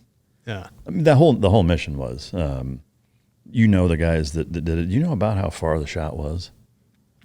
I don't know. You know, I mean, it's such an impeccable shot either way on two moving boats. Like, it's just, and the little one, because that moves way more with the ocean, right? Is a little rescue dinghy. Yeah, yeah, it's just incredible. Was there any feeling of, from your standpoint, of almost being left out? I never had that feeling in my whole time at the teams, because I think, one, I was lucky enough to scratch that itch and be a part of some things and get to be on my gun early on. So that was like, oh, man. Yeah. It's collective, you know, like, oh, thank you for your service. Oh, you were at SEAL Team 6. I'm like, yeah, I was also with like 50 other badass dudes and like the best TF-160 helicopter pilots in the fucking world. And TF Red as a blocking force. Like, it's thanks, but like, it's a machine. Yeah. Yeah. Yeah. Did you guys come straight home from that, or did you? No. Oh, what a fiasco. So first off, maybe some of that feeling of not feeling left out wasn't there, because we were gonna just stage there, and we were like calling in other assets to meet up with us, and we were gonna just go hit pirate camps. Yeah. Like, that was like, we were just gonna follow on and be launched out of those boats and just go smash. Fuck 'em up. Yeah. And we were like hanging out for like 1 or 2 weeks, like doing nothing. Like, fuck, man. So we finally, not going to happen. And we flew back via Qatar, which was a very weird choice. I guess it made the most, logistically was the only option. I don't know. Flew into somewhere black in Africa, touched down. 20 minutes later onto a bird that was spinning, took the helicopters from the boat somewhere in Africa, and then landed in Qatar. And this was the craziest thing. We landed in Qatar, and we all jumped in with just our shit. Just like, so we've been wearing like cutoff cries and beards and shit. And the base we landed in Qatar is like the big Army's base for R&R for people on like 16 to 18 month deployments. So it's like this big party base with malls and putt-putt golf. And we landed like, I want to say like at 1 p.m. on a Friday or something crazy. And the command, I think the command yeoman took us to the big like PX where you can go buy shit at that time. And there's a bunch of dudes dressed how we're dressed, looking how we're looking. And this mission just went down, and we go, you know, she's got the company card. Uncle Sugar's paying for some new clothes. And we walk in, and it's damn near still on the TV, the news, and people are like, that's the guys. Yeah. Dude, that's a trip, man. But I mean, there's only so much selection. So for the next like week we were in Qatar, we all had like matching board shorts and polo shirts. It was ridiculous. So you guys were there for a whole week, like hanging out? Yeah. Or like 5 days or something. It was funny. Some of the guys were able to get hold of their buddies at different squadrons at the beach. And they're like, don't worry, coming back now. We already took all your hero pussy. We all said it was us. Yeah. Was that happening? Like, you guys are going out fucking hooking up with chicks, and it could have? It could have. Oh, it's a fucking trip, man. So you're there for a week, then you finally go home. Finally get home. In your board shorts and fucking polos. God, that's awesome. How long were you home for before you went back to Afghanistan? Like a month or two. Yeah. Like, it was turn and burn quick, because the way that cycle is standby deploy. Yeah. All right. So you go back to Afghanistan. Now you've been to Iraq once, the Philippines, one deployment with Afghanistan. Now you're doing your fourth. Mindset wise, were you still at a point where you're like, yeah, this is awesome. I love doing this. I'm going to keep doing it. 100%. Yeah. I think I knew I liked the day to day, but I didn't know if that was going to be the 20-year place for me. Yeah.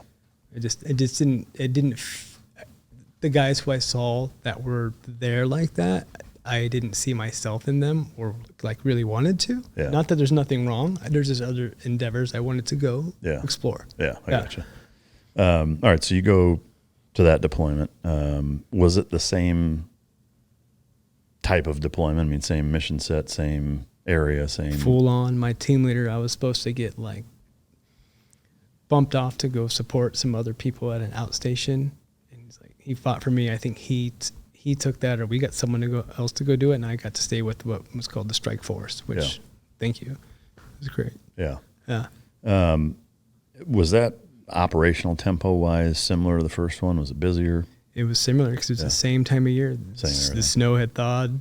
Yeah. Let's go fight. Yeah. Any of those operations that you can share that were fucking wild or super memorable? Yeah, I mean, I think the one I shared with you about, Cheese and his dog, not the one when Cairo got shot. I think it was a follow-on after Hatch had lost his dog. Yeah. A couple of guys squirted, and they got in a vehicle and went up a big ravine, like really high elevation. And it was night. We were rolling up to them, and like I said, this is when I had my saw. I didn't know we had called in AC-130s, not AC, sorry, the A-10s. Yeah. And we're walking up this valley, and I think because of the elevation and the shape, I just heard this growl that I've never heard before. Like there was like a giant monster living in the mountains. It was nuts. It was like, bruh, bruh. And I was like, what the fuck? And then you hear, and you see A-10, like you feel like you could touch them. Yeah. I was like, holy shit. And the sun was just coming up. And with these guys, there was 4 of them. They were smart. They had set up in a ravine facing down, and that was really the only way to get to them. But we did the team guy thing, boxed out, way out, and then came over a ridge that was in line with them. And that's when came over, 3, 2, 1, execute. I lit up 3 dudes, and our recce had flanked in an L. And I'm scanning, and recce pulls the trigger. We hear him take a shot with his long gun, and all of a sudden I just see this guy do this like atomic stiff as a board sit-up, and I just see the side of his head.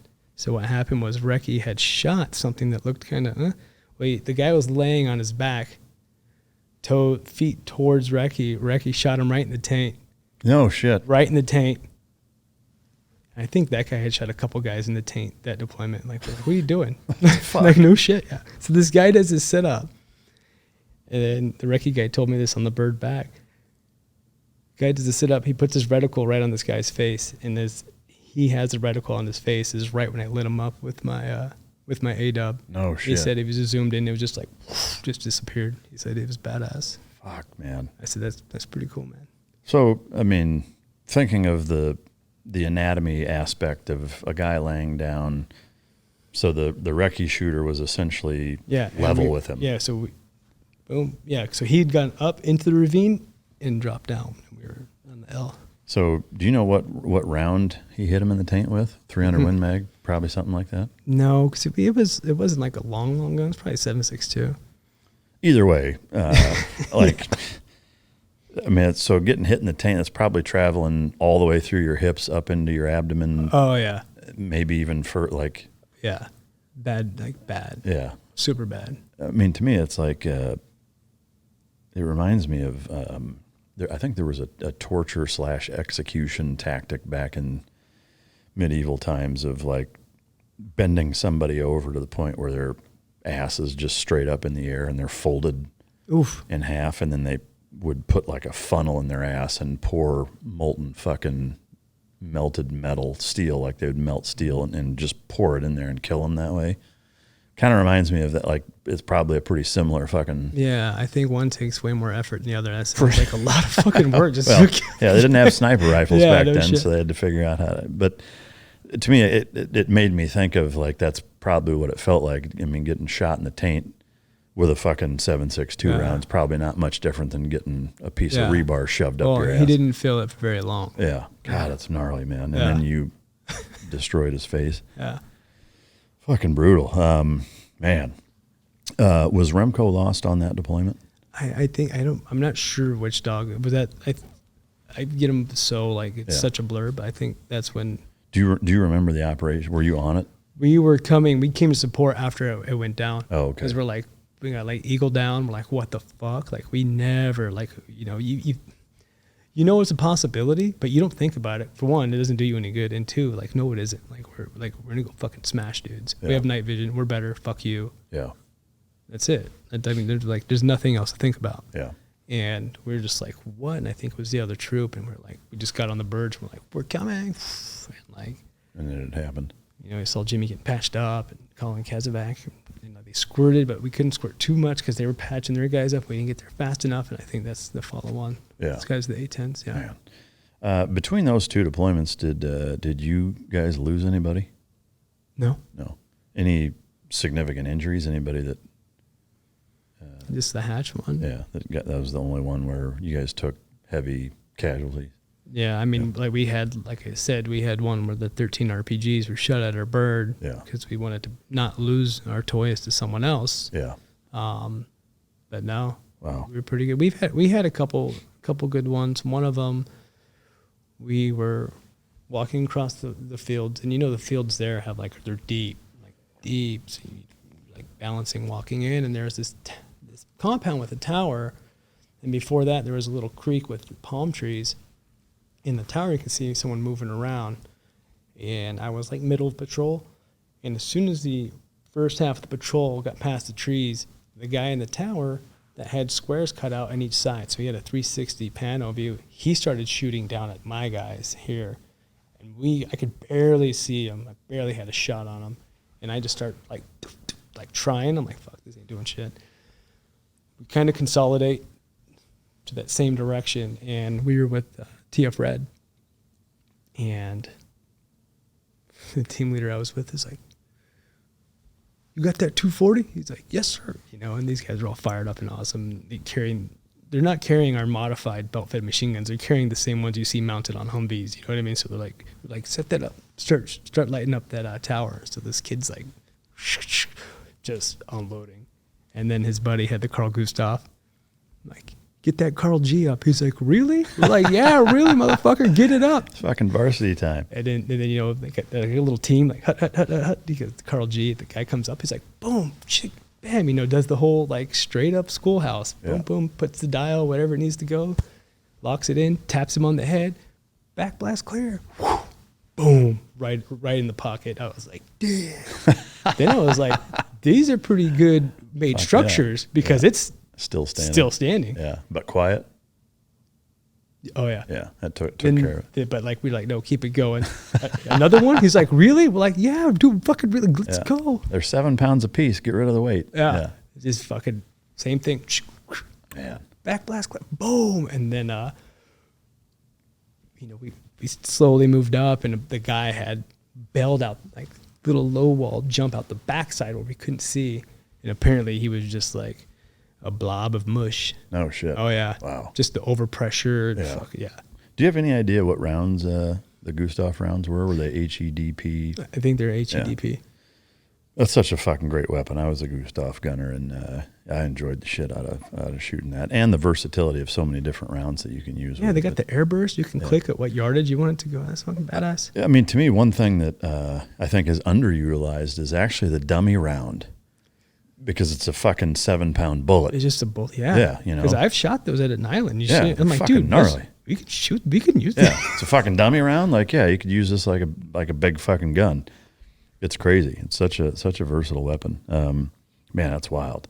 Any other good dog stories from either deployment? I know I've asked this a million times or several times, but being a dog guy, I think just them, they just can find things you could never, or would take you way longer to. Finding dudes hiding in places you didn't think a human could fit. Yeah. Because once they get on and they're trained and they're bite trained. Yeah. And they can smell what they need to smell. Yeah. You're like, dude, stop. Yeah. Stop. There's nothing there, and you pull it there, and there's a dude, and he's getting ready to clack off or something. You can dump him. Yeah. But no, those are my big ones. Yeah. With Cairo. Yeah. Did you ever get in a bite suit? Absolutely not. I never even, I know they're smart and they're trained. I never wanted them to ever look at me like that, ever. Will was like, come on, just do it once. I'm like, no. No, thanks. I don't want to. Yeah, that's awesome. Not at all.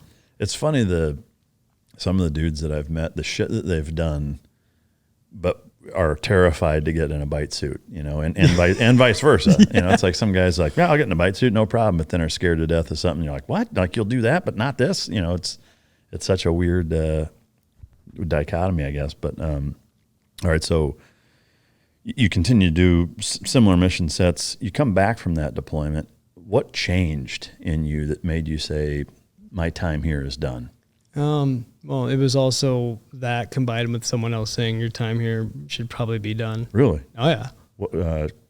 Not name wise, but rank wise, who told you that? My team leader. Really? Yeah. Why? Like I said, I wasn't doing anything outside of the SEAL teams at work that was benefiting me. At the time, I was like, that's my business. Who cares? But at the same time, sometimes things would bleed over, and I'm a minute late to work, or this or that, or there was traffic. It's like, man, like, what are you doing? So my priorities weren't all the way committed as some of the other guys. And I was like, you know what? That's fine. Like, am I going to fight this with the Master Chief? Am I going to bring this up to other guys? And Can I interrupt you there? Yeah. I hate to do it, but there's no question that you were a consummate textbook professional, really high-level team guy, even there. yeah, Friend of mine, Jeff Nichols, who's been on the show years ago, when I posted that picture of you saying you were coming on the show, within minutes, he was like, easily the fucking best operator I've ever worked with, hands down. It's not even close. yeah. Like, for him to say that about you or anybody says everything you need to know. Like, so to me, it's surprising, even if you're a minute late, or, maybe you're not jerking off while you're sharpening your fucking knife in your cage at midnight, like some of the guys are. You don't get a compliment like that by a guy like that unless you're a fucking stellar dude. So, A, is there more to it than that? And B, were there guys that fought it, that heard that and like, no, fuck that, this dude should stay? Was there any pushback? If I was in a different team, that wouldn't happen. Really? Yeah, there's a lot of personality conflict. And it's a choice. I could have played the game or stayed true to myself. And as soon as that was approached to me, like, and I was like, you know what? You're still going to be here for a long time. I know all the other teams will be like, no, Dan, just stay. Like, we got you. You belong to the squadron, not to him. That's when I started to say, okay, now this is getting political, and I don't care for this shit. I don't even want to play the game a little bit. Yeah. Even if I just do a little bit and then it's over, I don't want to play it zero. Yeah. That, and also during that time, we had to bring. It started with bringing 5 indig with us to go do a mission, and like, dude, we're a tier 1 asset. Why are we doing bilateral missions? And we have to bring these guys with us, and then it turned into, over time, there can only be 5 of us and 15 of that. Like, so like that, this whole thing, I was like, you know what? I'm out. I'm done. Yeah. Is that a hard pill to swallow? Was that a hard thing to do, or was it just principles? Because if it was, I would have just been like, all right, I'll go with this team. Yeah. Yeah, because guys are like, what? Is that something that I'm sure it wasn't typical. Did that ever happen where guys would switch squadrons because there was a conflict, or was it like, if you're kind of P&G'd from one, it's the whole command? No, you can totally move around, yeah. Did that happen a lot, though? Not that I saw. Everyone pretty much got along. Yeah. Yeah. Yeah. All right, so were there guys there that were like, dude, what the fuck? Like, why are you leaving? Yeah. I'm like, it's time for me to go. Yeah. Because I didn't want to bring them down and have them, because I was pretty sure I wanted to leave. Yeah. I'd made that decision. The last thing I'd want is for the Master Chief's door to get knocked down with a bunch of advocates for me when I haven't really even made up that decision to stay yet. Yeah, I gotcha. Yeah. I mean, to me, it's almost like trying to convince your spouse that you should stay married. It's like, if they want a divorce, like, why would you even want to stay there? Exactly. And I think that it was also my reaction to that, me being like, all right, I'm out. Yeah. All right, well, fuck you then. It also kind of let me know where I was, even subconsciously, with the changes and stuff going on at the command. From that conversation until when you left, how long did that take place? Oh, a week. Oh, no shit. Oh, yeah. Real quick. Oh, yeah. And you went to the West Coast? Oh, yeah. Yeah. I'm from California. I was like, yeah. And you went to TradeEd, right? No, I went to BTC. Okay. I was at it was really cool. I was an SQT instructor, but only CQC. Oh, wow. And we had 4 other dudes who just left the command, all teaching CQC. Holy shit. It was badass. Dude, that's a stacked fucking deck. Oh, our kids would put any platoon to shame when they got through with us. They were tight. Oh, shit. Man, Yeah. how did they fucking manage that? Because you're from DEVGRU, you're from SEAL Team 6. No, I mean, like, how did they manage to get 4 dudes from there to SQT? Because that's the only place they taught room clearing. That wasn't, I guess, TRADET was staffed, and they're like, where else are you going to put these guys who have a lot of knowledge at this skill set? Put them in SQT. Wow. Yeah. Was there any element of almost like frustration for you guys of going from such a high level to dudes right out of buds, or was there a refreshing component? Wow, that's really, when I first got there, the frustration was more the support, because the support people at SEAL Team 6, they're like, what can I do to help? Can I make your gun better? Yeah. Do you need this? Do you want to try out these new night vision? And then the support you get on the other side, it's like, it's my lunch break. Just what? Yeah. No, but being the guy that's, being those guys who are at SEAL Team 6 doing CQC all the time, countless reps, and then you're like, oh, I'm a CQC god. What's the big deal? And then they're like, hey, Instructor Corbett, you and someone else demo this room. And like a bunch of new SQT students in the catwalk all watching the big room down at La Posta. And clear the room, clear my corner, come off my wall, clear the other unclear barricade, pop, pop, pop, pop, pop. And I was like, boom, bing, bong, boom, popcorn, we're good, baby. And then lead cadre blows his whistle and he goes, do not do anything Instructor Corbett just did. And I was like, who the fuck is this? Who the fuck is this guy? I was like, this shit was good, man. But like, I forgot, like on, move, finger on, finger off, secondary scan, like all this shit. And I'm like, oh man, this is day one. So far removed. I was like, wow. Just because you know something doesn't mean you can teach it. So that was really humbling. I went from like pissed to humiliated, like in a second. So I just followed around the guys, give me the literature, show me the whys, show me the philosophy of the teaching. When do we take the training wheels off? And I just dedicated like the next 4 weeks of like trying to be the best instructor I could. Yeah. That's awesome. Was there any further or at all butting of the heads between the Damn Neck guys, the Team 6 guys, and any of the cadre that was already there? It was like, dude, what the fuck? Like, was there any kind of pissing contest? No. It was like, I think the chief cadre was one of the Damn Neck guys. Oh, I got you. Yeah. Man, that's fucking cool. What a great opportunity for those SQT students to have. They'll never know. Yeah. Well, they may now. They may now, yeah. Yeah, but wow, that's fucking awesome. How long did you spend there? A year and a half. Year and a half. Was it during that time that you were like, okay, this is my next step. I'm going to get out and then I'm going to go do this? No. I went to the recruiter's office because everyone's getting like the big $85,000 reenlistment bonus. And I'm like, I got to be up. I see my little ID card. Walk in there. This lady hates me. And I'm like, hey, can you look into my reenlistment? Blah, blah, blah. She's like, yeah, you can. And, next year, like, what's my bonus? She's like, nothing. So what do you mean? Well, you did a STAR program that gave you an extension so you could make earlier rank when you're at SEAL Team 6, but you had to reenlist before that extension dissolved to get that bonus, and you've missed it. Oh, wow. And I was like, fuck. I mean, that's a big payday. Yeah. And thanks, Uncle Sam. I was just over there not going to my admin day on Mondays, right, and figuring my shit out.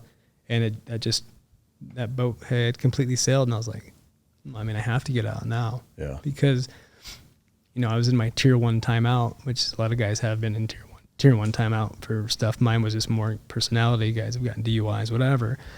And, I was like, do I stay in, go white side? Because some of the white side guys are like, dirty, come over. We're doing VSO missions. And I'm like, I can't, because I don't believe in it. And I will be, you know what I mean? I'll be the cancer to the young guys. Yeah. And I don't want to go drop off a bunch of food, water, and oil to a village elder and then get ambushed by his guys on the way out. Like, it's not interesting to me. And then I would call the guys back at 6, and they're like, bro, is there a job over there? Like, things just got worse. And then UBL went down, and then it got really worse over there. Yeah. Worse how? Just the limelight was on. Guys had to move. They got security Oh, I got you. put in their house. You couldn't wear your hat out. Like, that's not a big deal, but like there's just a big black cloud that just hung over the command. So if I heard that correct, like there were operators that had security at their house. Well, they got, from what I was told, the command paid for them to get like ADS security installed in everybody's house. Oh, I got you. Yeah. So it wasn't actual like no guards. No. Wow. What was your I guess feeling being from that squadron and that happening? Like was there any animosity for not being there for that? No, I mean, I was kind of like, man, if you get off a cruise ship and it burns and sinks, you're like, thank God I got off. But if you get off a cruise ship and it starts hitting all the cool ports, you're like, fuck, I got off too early. So there was a little bit of that. I was like, man, that would have been really cool. But I was just so happy for the boys. Yeah. I was just like so happy. Yeah. And a couple guys flew out almost immediately after, and I took them out in town and stuff. Oh, that's cool. Yeah. Got the full debrief. What they could tell me, yeah. Yeah. So even at that level, they're like, nah, I can't. Like, well, I wouldn't even put them in that position. Yeah. I don't even want to know. Yeah.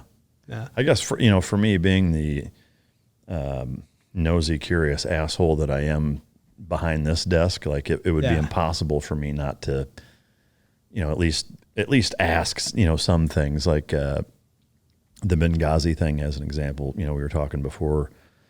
Ty was a really good friend of mine. Glenn was as good a friend of mine. Also, I knew him even longer. In fact, that John Deere hat was his from there because I gave him that hat and he had it there when it happened. And the guy that handled his estate, Sean, gave it back to me after they brought all of his stuff home. But anyway, I right after that happened, I spent a few days at one of the guys. In fact, the only other SEAL that was there when it happened on an adjacent rooftop that survived.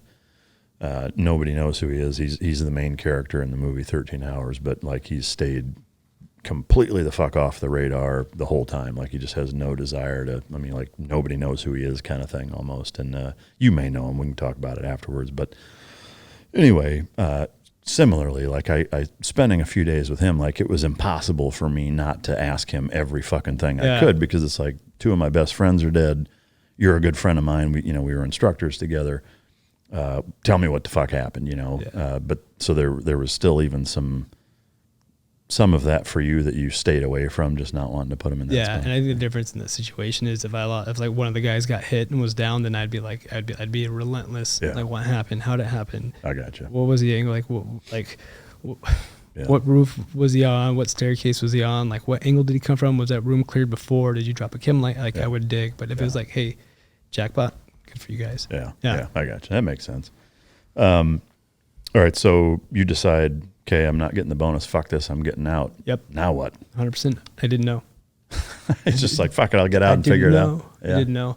And I dressed up in a 3-piece suit to get my signatures at the command because I wanted everyone to think I had a fucking plan, but I didn't. Thank God they didn't ask. Oh, it's fucking great. So I did that. Heard about this company, Trident Group, doing anti-piracy stuff, and I was like, well, I did Captain Phillips, I'm sure. Went out there, did some anti-piracy tours. How was that? It's different. It's really lonely. Yeah. Just being out on the bridge wing of a ship, just looking at water.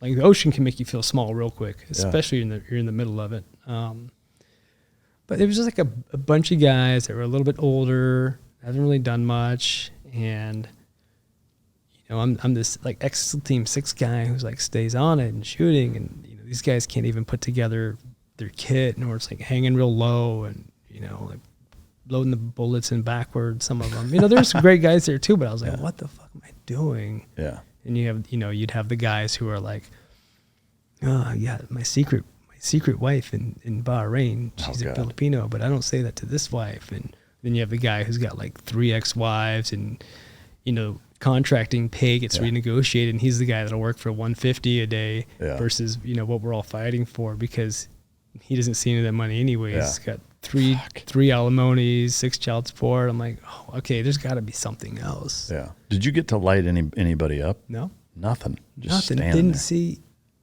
anybody. Wow. That's the same crew that had the two guys that OD'd or died or Yep. whatever. Was that during your time there? Nope. No. Was that before? I think after. Oh, okay. Do you have any idea what happened? I mean, pure speculation. Yeah. What is your speculation on I think they were partying and either did some drugs or got drugged. Yeah. Wow. I remember hearing about that and I was just like, what the fuck? Like, it just seemed weird, squirrely. very weird. Yeah. How long did you do that for?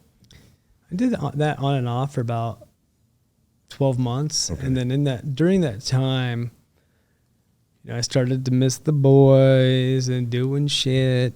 So I called up SEAL Team 17, the reserve SEAL team, and there was like an old school salty Master Chief there that was like, fuck yeah, Dirty, come on.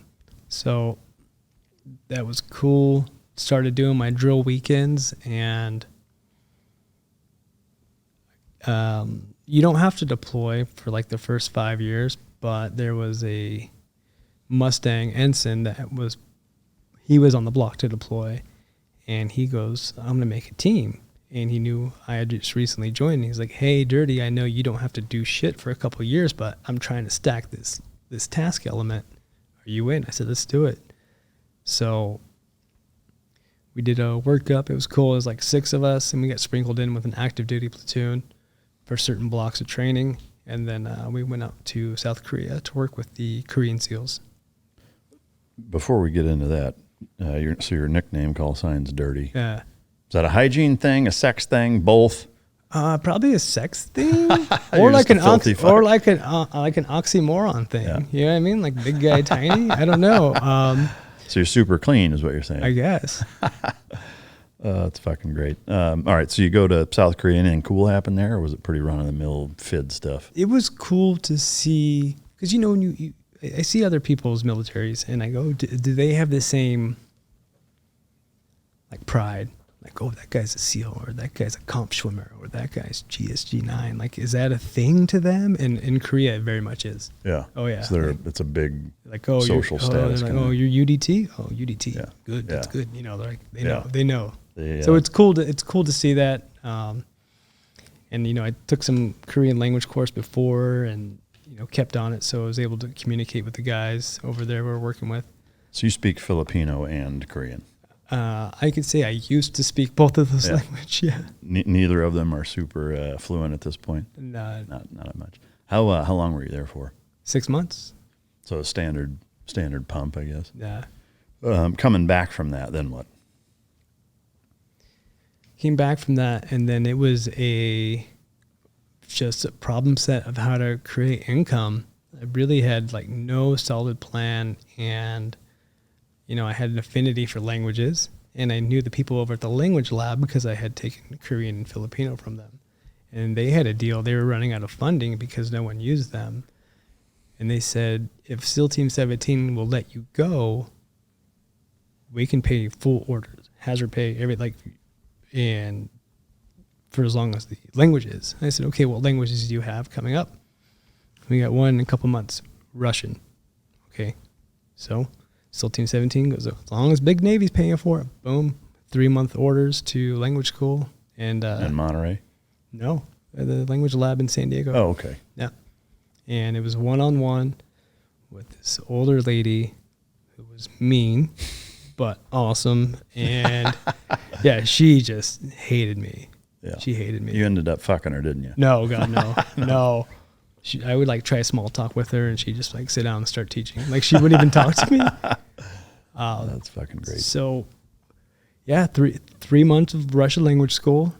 That seems like a short amount of time, even if it's one-on-one, 8 hours a day to learn. It was very taxing because when you're in a class and you're being taught a language or anything else, there's other people to take the brunt. Yeah. Give the example. Go right on the whiteboard. But when it's just you, and you're like, fuck, it's game on. Well, I also think there's a big difference between learning another language that utilizes the English alphabet versus having to learn a completely different alphabet. Yeah. That's a whole different complexity.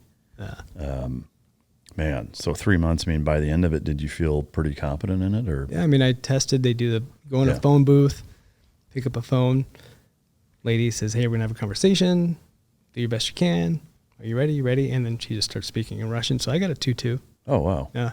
And it's 3+ is the highest, right? Yeah. Yeah. Well, I think 5 is like you're a professor of that language. Oh, I got you.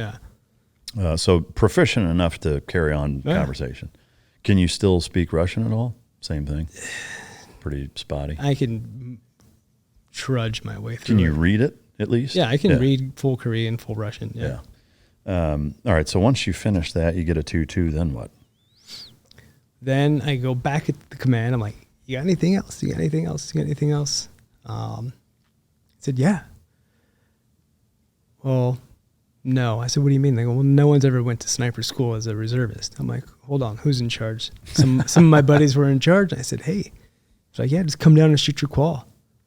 And SEAL Team 17 was like, okay. So they cut me the orders. I went to sniper school as a reservist, which was awesome because a lot of the kids I had were kids I put through SQT. Oh, yeah. Like Instructor Corbett, what's up, guys? Yeah. That's wild. That was a fun time. Yeah. No problem, sniper school. Oh, yeah, big problem. Oh, yeah. Yeah. I was paired up with a guy from SDV, and I'm like, oh, we're going to kill it. He's an ex-Marine sniper, scout sniper. I'm like, oh, we're going to crush, right? He was a raging alcoholic. Oh, wow. Oh, yeah. We'd be coming home from, like, Texas Roadhouse, wherever the fucking, we'd be at a stoplight in the middle of nowhere, Indiana. He'd just jump out and just, like, run across the road into, like, someone's backyard and jump fences. Like, do this crazy E&E thing. And I'm like, dude, what the? We tried to go after him, but it was too crazy. Holy fuck. And then he would show up at base the next day, like, at 7. Is he still in? Nah, he killed himself. Oh, fuck. Yeah. Not long after, or? A couple, like, 10 years ago or something. He's a team guy. Yeah? Who? I mean, can you say who it was? I know, because I don't want to mess it up. All right. And say a different team guy's name that's very much alive. How long after you went through sniper with him did he take his life? I think like 5 years after. But the problem was he couldn't call wind at all. And I got frustrated and I would start calling my own wind. And the cadre says, no, you need to listen to his, fail, and that's how we can grade him. Oh, wow. Yeah. So he almost failed out from spotting, and then they finally gave me an instructor to call my distance and wind for my tests. Wow. Yeah. Yeah, that's stressful, huh? Yeah, you know, especially you're like, you know, I'm the only fucking SEAL Team 6 guy there, and I'm like missing shots, fucking sucking. You know? I swear I'm good, They're guys. like, yeah, you guys aren't that fucking great. Yeah, no shit. Yeah, wow. You make it through that, go back to Team 17, then what?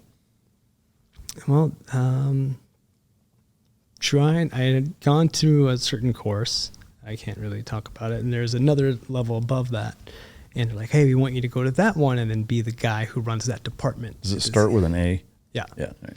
And we want you to be the guy who runs that department here. Yeah. Because I got honor man in that one and all this stuff. And you're great. I said, okay. But then I get a phone call from an ex-team guy. And he's like, hey, job opportunity. Let's link up.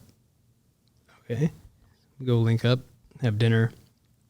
We're doing big things. Like big, like kinetic, cool shit. Money's good. It's clean. And, you know, I was like, I don't know, man. Like, it's coming from you. Like, I know you, but we haven't worked together. And I was still trying to work this thing at 17, because that would have been a pretty sweet gig. Go to 17 the next week, get a phone call from ops. Hey, Dirty, sorry. Some guy at 18 took the last spot. We'll try to get you on something. I was like, fuck. So I called that guy back who I had dinner with the night before, the last week, whatever. And he's like, yeah, my boss wants to meet you. How does like tomorrow night sound? And you can't say what company this is. Yeah. Yeah. So. But it is a company. It's not a government entity. Company, yes. Right. So go meet this guy. Rancho Santa Fe, super nice, gated, and, you know, feel it like just looking each other up and down, like, you know, you're talking about some pretty sexy, pretty wild, pretty risky shit. Like, I don't even fucking know this guy. And by the end of the night, I said yes. And then the next day I had like $20K deposited in my bank account.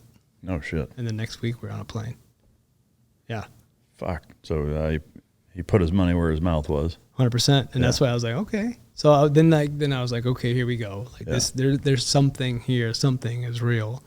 How much of what you're doing, where you're going, and all that can you share? Quite a bit, I think. Right. Yeah. Well, let's hear that shit. So we head out to Abu Dhabi, and they need help training their like special unit. And what year is this? 17, 16. Okay. And okay, where's your special unit? They're in Yemen. All right, let's go. So we go to Yemen, and tiny little base in Yemen. Meet our guys, our counterparts, and they're doing the best they can. You look around, everything in that military is pretty much outsourced, but these are their guys, right? So, all right, we'll take them as far as we can go with them. All right, well, they want to go do this op. They want to go hit this dude, like three clicks out from the base. So, okay, let's do some dry runs. Dry runs go off without a hitch. Like vehicle insert, actions on, vehicles out. The vehicle setup is we're going to be in up armored Land Cruisers, and they have full on MRAPs. So, okay. Dry runs go great. Nighttime dry runs go even better. Leave the gate the next day for like a daytime mock hit. Different area, not as bad as this one, but the same type of street setup. Everything goes good as planned. The Land Cruisers go down like a very narrow alleyway to get to where our fake drop off is. And they were supposed to lock down the intersection with the MRAPs. Well, we start getting down some very narrow, windy roads. And then we start to see dudes in AKs and chest rigs. And then we're like, hey, let's just fucking all back out. How many of you are there? 6. So we start getting ready to back out. I look behind us. 2 of the MRAPs are wedged in the alleyway. Oh, shit. And I'm like, dude, fuck. Like, we're fucked. Our driver and the driver in front of us, they figure it out. We fucking get back to base. They manage to come back to base. Mirrors are all bented in. They're fucking livid. Our interpreter's like, trying to like keep the peace. And I was like, well, I guess that's the end of that relationship working together. And it's for the better, like language and the comms and all the shit. It just went down. And I was like, let's just go do it ourselves. We take 1 or 2 as assist, and I said, let's go do it ourselves. And everything's planned up, getting ready to go. Our lead gets a phone call. We get called off. All right, there's another target north. Like, I forget how many, like 200 kilometers north. All right, boom, go up north. Get ready to leave the base, go do the thing. Bunch of AQAP, Al-Qaeda, Arabian Peninsula in technicals with 50 cals outside the gate. Talk to the guy that was on the guard tower.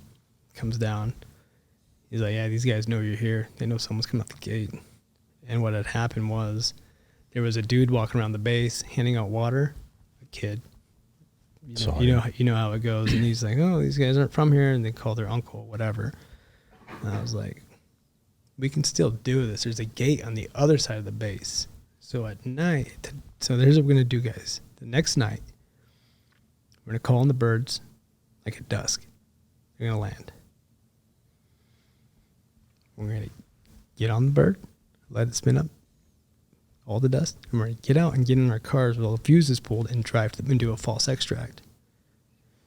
But we still have to deal with the guard tower guy on that back gate, and we do it. It goes off without a hitch. Everyone thinks we're gone, except for the guard tower guy. We give him some candy. He's like, secret safe with me. Candy. Yeah. Fucking candy. So, yeah. So we planned it all out. Again, phone call. Called off. Go back up north. And I'm like desperate to work. And I'm like, I'm just going to go fucking do it. And get called off. And then our base is attacked boom, IED outside the gate. Get all of our shit. We're up on our HESCO barriers. And then we hear one of the guard towers just unloading. Just, I was like, fuck, what's going on? And then I think in total there were 7 IEDs. Damn. Trying to get in, like all the different, trying to get, and the base is like 1,000 yards by 1,000. Like it's like, it's going to be fucking on. Like you're ready to fight. The base called in Apache. Did 1 pass. Game over. Done. Wow. Attack over. And what? Go ahead. Yeah, no, go ahead. Well, what weapons were you carrying? M4. Yeah. Standard shit. Yeah, standard shit. Fuck, man. That's a dicey, close call, huh? Yeah. But I was like, fuck it. Yeah. So this company that you're working for, how would you classify it? I mean, because that's some pretty gray area shit, just what you're talking about. Well, I mean, we were still working with their guys, trying to get them to go lead. I think it was me being very impatient, frustrated with them. Yeah, I guess I just thinking of it from the 30,000-foot Uncle Sam view of an American contracting company, or was it not an American contracting company? It was. Working with a foreign government and sending our guys in a contractor role over there, and they're doing offensive operations in territories or areas of operations that we're in as a military or have some involvement in. Seems kind of gray. Yeah, well, I mean, we never truly went offensive, and plus there's a lot of people from our country who work in the country with that foreign nation. Yeah. All right. So did you come home after that? Came home after that, got a contract to train those guys in the UAE.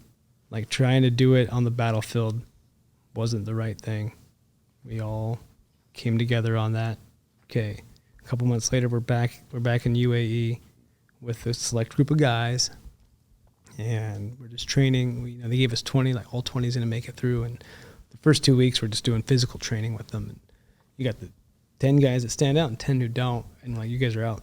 And we got the phone call from there on high saying, no, everybody's going to get through this training. I said, okay, we're going to make a mobility team and assault team, and that's how it worked. It was a good solution.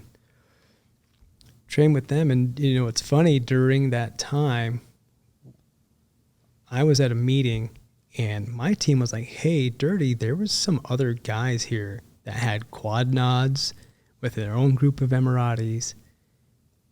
It was kind of weird. All right. So the next night, I see the guys are talking about, and I start to get closer, and I'm like, hey, is that you?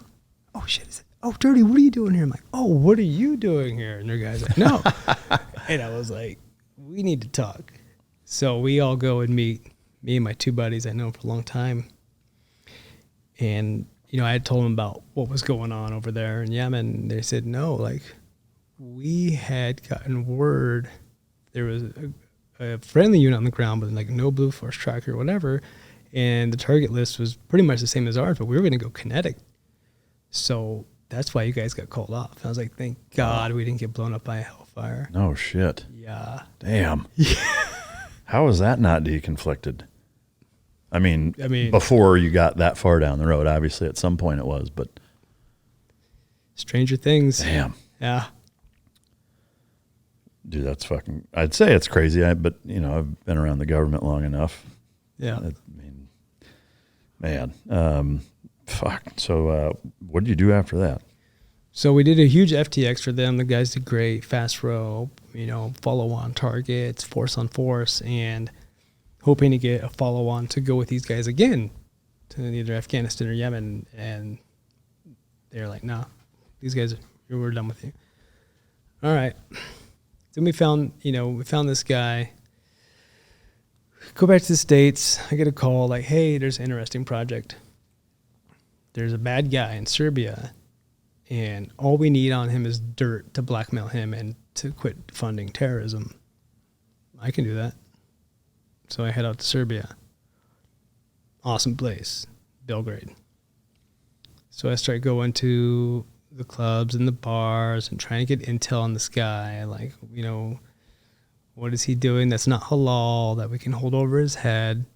And the whole time I'm like getting small things. I did an OSINT, Google search, social media, getting nothing. I think I barely found out what kind of car this guy drove. And you're solo.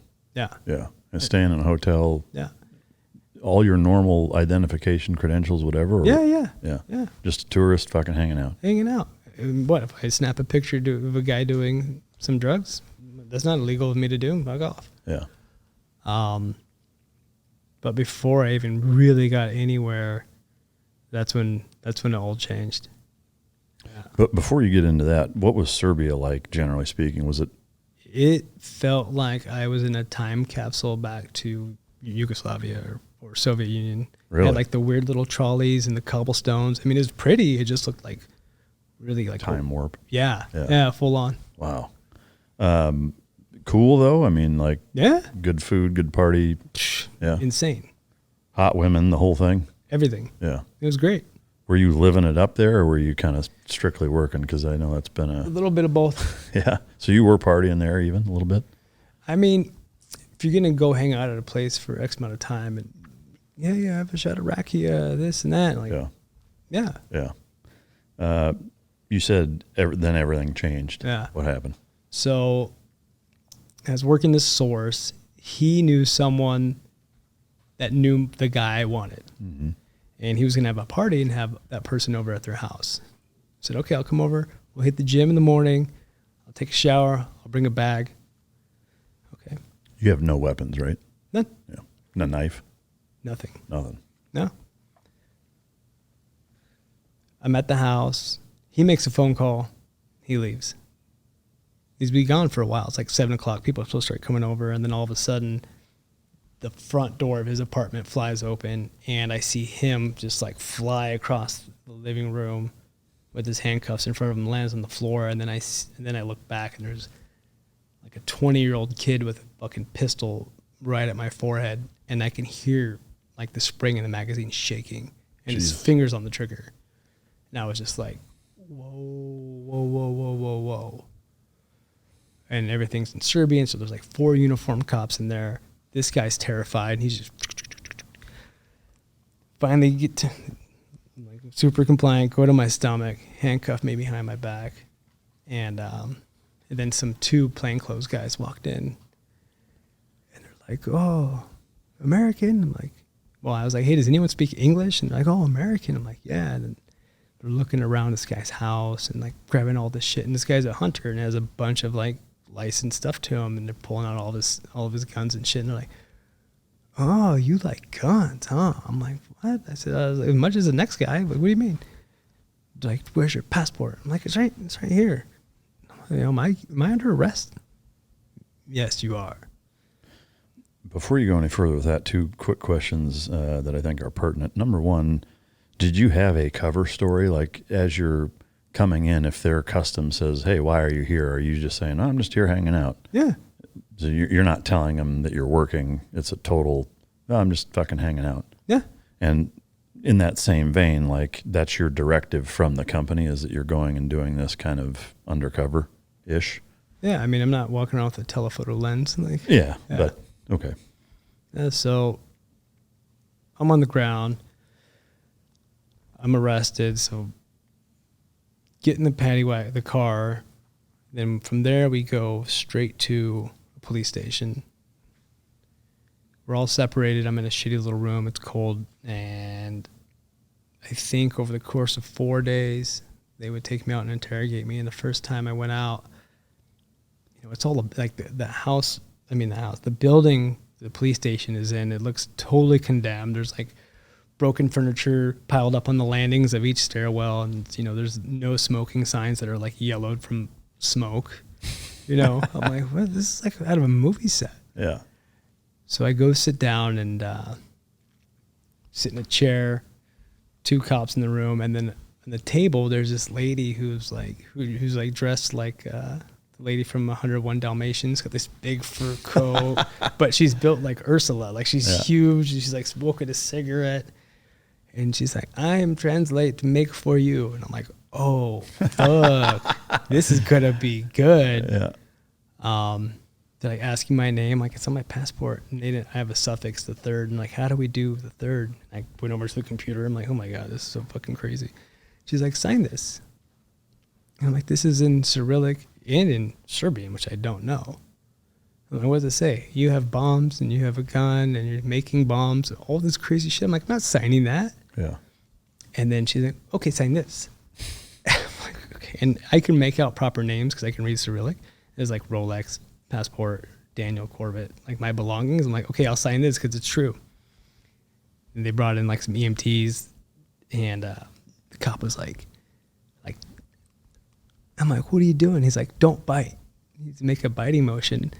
I'm like, what? And then they just like pried my mouth open and took a bunch of cotton swabs for DNA. And I'm like, okay. Went back to my little holding cell. Were you by yourself in there? Yeah. Yeah. Yeah, they gave me a shitty little sandwich, which I used as a pillow. Because I couldn't fit on the bench all the way, so I was sleeping on the ground. And they pulled me up again, and there was like this big cop, plain clothes, but like had tactical boots on, spoke pretty good English. He's like, oh, you're here for Vucic. I'm like, Vuk? Like wolf? No. They're like, then he was like, what? I'm like, what? He's like, are you DEA? No. CIA? No. What are you doing? We're just hanging out. What's your job? I'm like, I'm a private contractor. Okay. But you're here for Vucic? I'm like, I don't know what that is. He's like, it's the president. You're here to assassinate the president. I said, no. And he was like, fuck, hold on. He called in some coffee, closed the door, and he's like, all right, bro, like I totally believe you, but the media already has it, so it's already in the news. No shit. I was like, oh, fuck. Yeah. I was like, no, I'm not here to kill a president. Like, what are you talking about? Fly into the same country? Like, that doesn't make any sense. It's not how you would do something like this. So he's like, well, you're going to go to jail for sure. You're an ex-Navy SEAL. It's election year for this guy. You know, they want to play nice with Russia. So, like, they have this, like, American guy they can make be a spy. It's like, he's like, dude, you are fucked. Did they find out that you were a SEAL? I told him. Oh, okay. Yeah. How did they respond to that?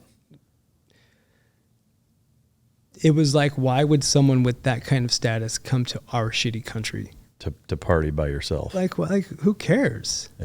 Yeah. So get put back in my room, and then I get investigated again because now I have the organized crime unit on me. And this is a few days apart each time? Like you're sitting there for a few days, you get pulled out, interrogated? I think it's more like 18 hours, okay. 15. I couldn't tell because there was no windows, no way to tell time. And was there a toilet in there? Yeah. Sink you could drink? Yeah, they let you get water, yeah. But not a lot of food? No. Yeah. Which is fine. Yeah. Didn't give a shit. Come out lean, looking good. You know what I mean? I'm on a fast, whatever. So get pulled into another interrogation with two guys, and they're the organized crime thing. So why is there organized crime? Like, what? He's like, oh, you and three others are being charged with organized crime. I'm like, what the fuck with three others? What do you mean three people? With me, that's four. Like, yeah, that's organized crime. Okay, so these guys are like, who's this person? Who's this? And like, I was okay making statements because we've done all the things and resistance techniques and stuff, and I was really tired and I could feel it because I'm like, what? No, I'm like, you know what, guys, I'm done talking to you. And then they asked through the good cop, that one that told me I was fucked. He's like, hey, they ask if you want to take a lie detector test. And then he leans in real close and he goes, say no. I was like, no. He's like, nope. All right. And then before they stormed out of the room, they said, we can tell you've been trained, but even the best give up things they don't even know they're giving up to us. And I was like, whatever, dude. Yeah. Went down. And then, another 18 hours goes by. Me and the kid I was arrested with at his house and two other people I've never seen, we get loaded in a paddy wagon. I asked the kid, where are we going? He said, we're going to CZ. I said, what's that? He goes, Centralny Zatvor, like central jail. We're going to jail. But on the way to jail, we stopped at the courthouse. Another little prison cells underneath. We all go make statements, and we're all in this big hallway. It's like chaos. There's like all these people in this hallway, and like I'm just in fucking handcuffs. And when I first got arrested in my first interrogation, they asked, "Hey, do you want a state-appointed attorney, or do you want an attorney that the guy's house you're at that he's hiring?" And I said, "Well, fuck, is this kid like trying to set me up?" That's a 50-50. State-appointed, that's 100%. I'm done. So I guess I got to go with the 50-50, right? Fast forward, we're back in that hallway at the courthouse. Some guy comes up to me. He's like, "Hey," a bunch of guys came up to me like, "I'm a lawyer, I'm a lawyer, I'm a lawyer." And then one guy's like, "Hey, these two people say hello." And I said, "Boom, you're my guy." These two people, meaning one of the guy that you were with? Not at the house, just an associate of mine. Oh, okay. And he's like, "Just make a statement." Went in there. I got arrested. I don't know what's going on. Okay, well, we have 6 months to investigate. And then after that, we all went back downstairs, loaded up another paddy wagon, and then actually went to the jail. So now you're in regular Serbian prison. Straight up. And just gen pop? No, the first couple days, they put you in like an observation cell. So I went in there, and the toilet was just a hole in the floor. And like there's bed bugs. I mean, it's fucking shitty. There's a guy already on the first rack. I get in the second rack, and wake up. The guy starts speaking to me in Serbian. I'm like, "No." He's like, "American?" I'm like, "Yeah." He's like, "What are you doing here? Where's the embassy?" Like, this is crazy. You started speaking English? Yeah, he did. He knew some, and I'm like, "Yeah, you're fucking telling me. I don't know." Yeah. Just the doldrums, just laying there, not knowing what's going on. Food. The way they do food, when we first got there, they gave you a wool blanket, a bowl, and a spoon, and they just walk by with this big trolley and this like 5-gallon metal bucket and a ladle, and whatever color juice they put in your bowl, then they give you some bread. That's it for lunch, and then like for dinner is like one hot dog. So that went on for 4 or 5 days. My roommate was getting kind of stir crazy. He's like, he's a career criminal, so he's like, "You get 2 days in here, and then after that, you get to go in a regular room with walks and all this shit." And I was like, okay. Then he was like getting like really fucking amped up. I'm like, "Dude, I don't want to have to put hands on this guy. If I do that, like, it's going to look worse." And it couldn't have came soon enough. The guards were like, get escorted all the way around the prison, this giant maze of stairs and hallways. Are you walking by Serbian prisoners? Like, oh, yeah. Like out of a movie? Oh, yeah. They're whistling and yelling at you and shit? No. No? Really? So Serbia is a pretty homogeneous country. A bunch of Serbs, bunch of Orthodox Serbs, and then you have like some other nationalities. But for the most part, it's like 90% the same type of people, right? So there's not like these gangs and that gangs and that gangs. It's pretty much like we're in this together. Yeah. Was the vibe I got after. So I go into my first room, and my room way nicer. Bunk beds are cleaner. There's a little TV on, and everyone's like looking at me like, "Who is this guy?" And they're like trying to talk to me, and there's like one kid in there that speaks English a little bit, and I'm like, "Fuck, dude, gotta be the gray man, but I also gotta be ready to like stab somebody." Right? 'Cause I've seen the movies, right? Yeah. And this one young kid gets up on the window, and he's like yelling, blah blah blah, American, because the window looked at the courtyard, and he's like the herald of the news. And I was like, "Hey man, like I'm trying to like be quiet, like low key." And he just laughs, changes the channel. Daniel Corbett, SEAL, arrested, just ticker on the bottom over and over and over again. I was like, well, there goes the whole gray man thing. Shit, man. Yeah, and that room I had for that first month was a dude who murdered his wife with a hammer, some guy who was a professional gypsy kidnapper, and then this Croatian terrorist kid. And because I was in this special room, we only got 30-minute walks and not 2-hour walks. Wow. Yeah. So you were with 3 other dudes in a room? Yeah. Yeah. Two-man bunk beds? Yep. Did any of them speak English? That one Croatian kid. Oh, okay. Yeah. So were you communicating through him to everybody? Yep. Yeah. Dude, there's like a million fucking questions stemming from all this before we go any further. So I guess first off, I'm assuming that your associate, the guys that said hello through the attorney, that was your company? Yeah. Like at that point, they knew you had gotten rolled up, and were they working back channels trying to? Yeah, everyone was trying to see what was going on and what happened. Yeah. Did the U.S. government get involved at all? They tried. So fast forward. I mean, I'll get to that. Okay. Well, yeah, we can tackle that, I guess, when it gets to it. But at that point, there had been no correspondence from anybody. None. And you hadn't talked to anybody from back home. There's no phone call. There's no nothing. Nope. Yeah. It's got to be a pretty nerve-wracking experience because at this point, it's like a month and a half, right? Yeah. Food-wise, I ask everybody about the food. Sometimes people give me shit. I love food. I'd go fucking nuts eating. Was that the standard? This is how food works there. I'm going to start with lunch, and you'll see why. Pull out your bowl. You either have a yellow, brown, red, or green soup. They say it's pea soup or bean soup, but there's never any peas or beans in there. It's just hot, colored water, right? With no flavor? None. Yeah. So you get your bowl of soup, and they give you a huge loaf of bread.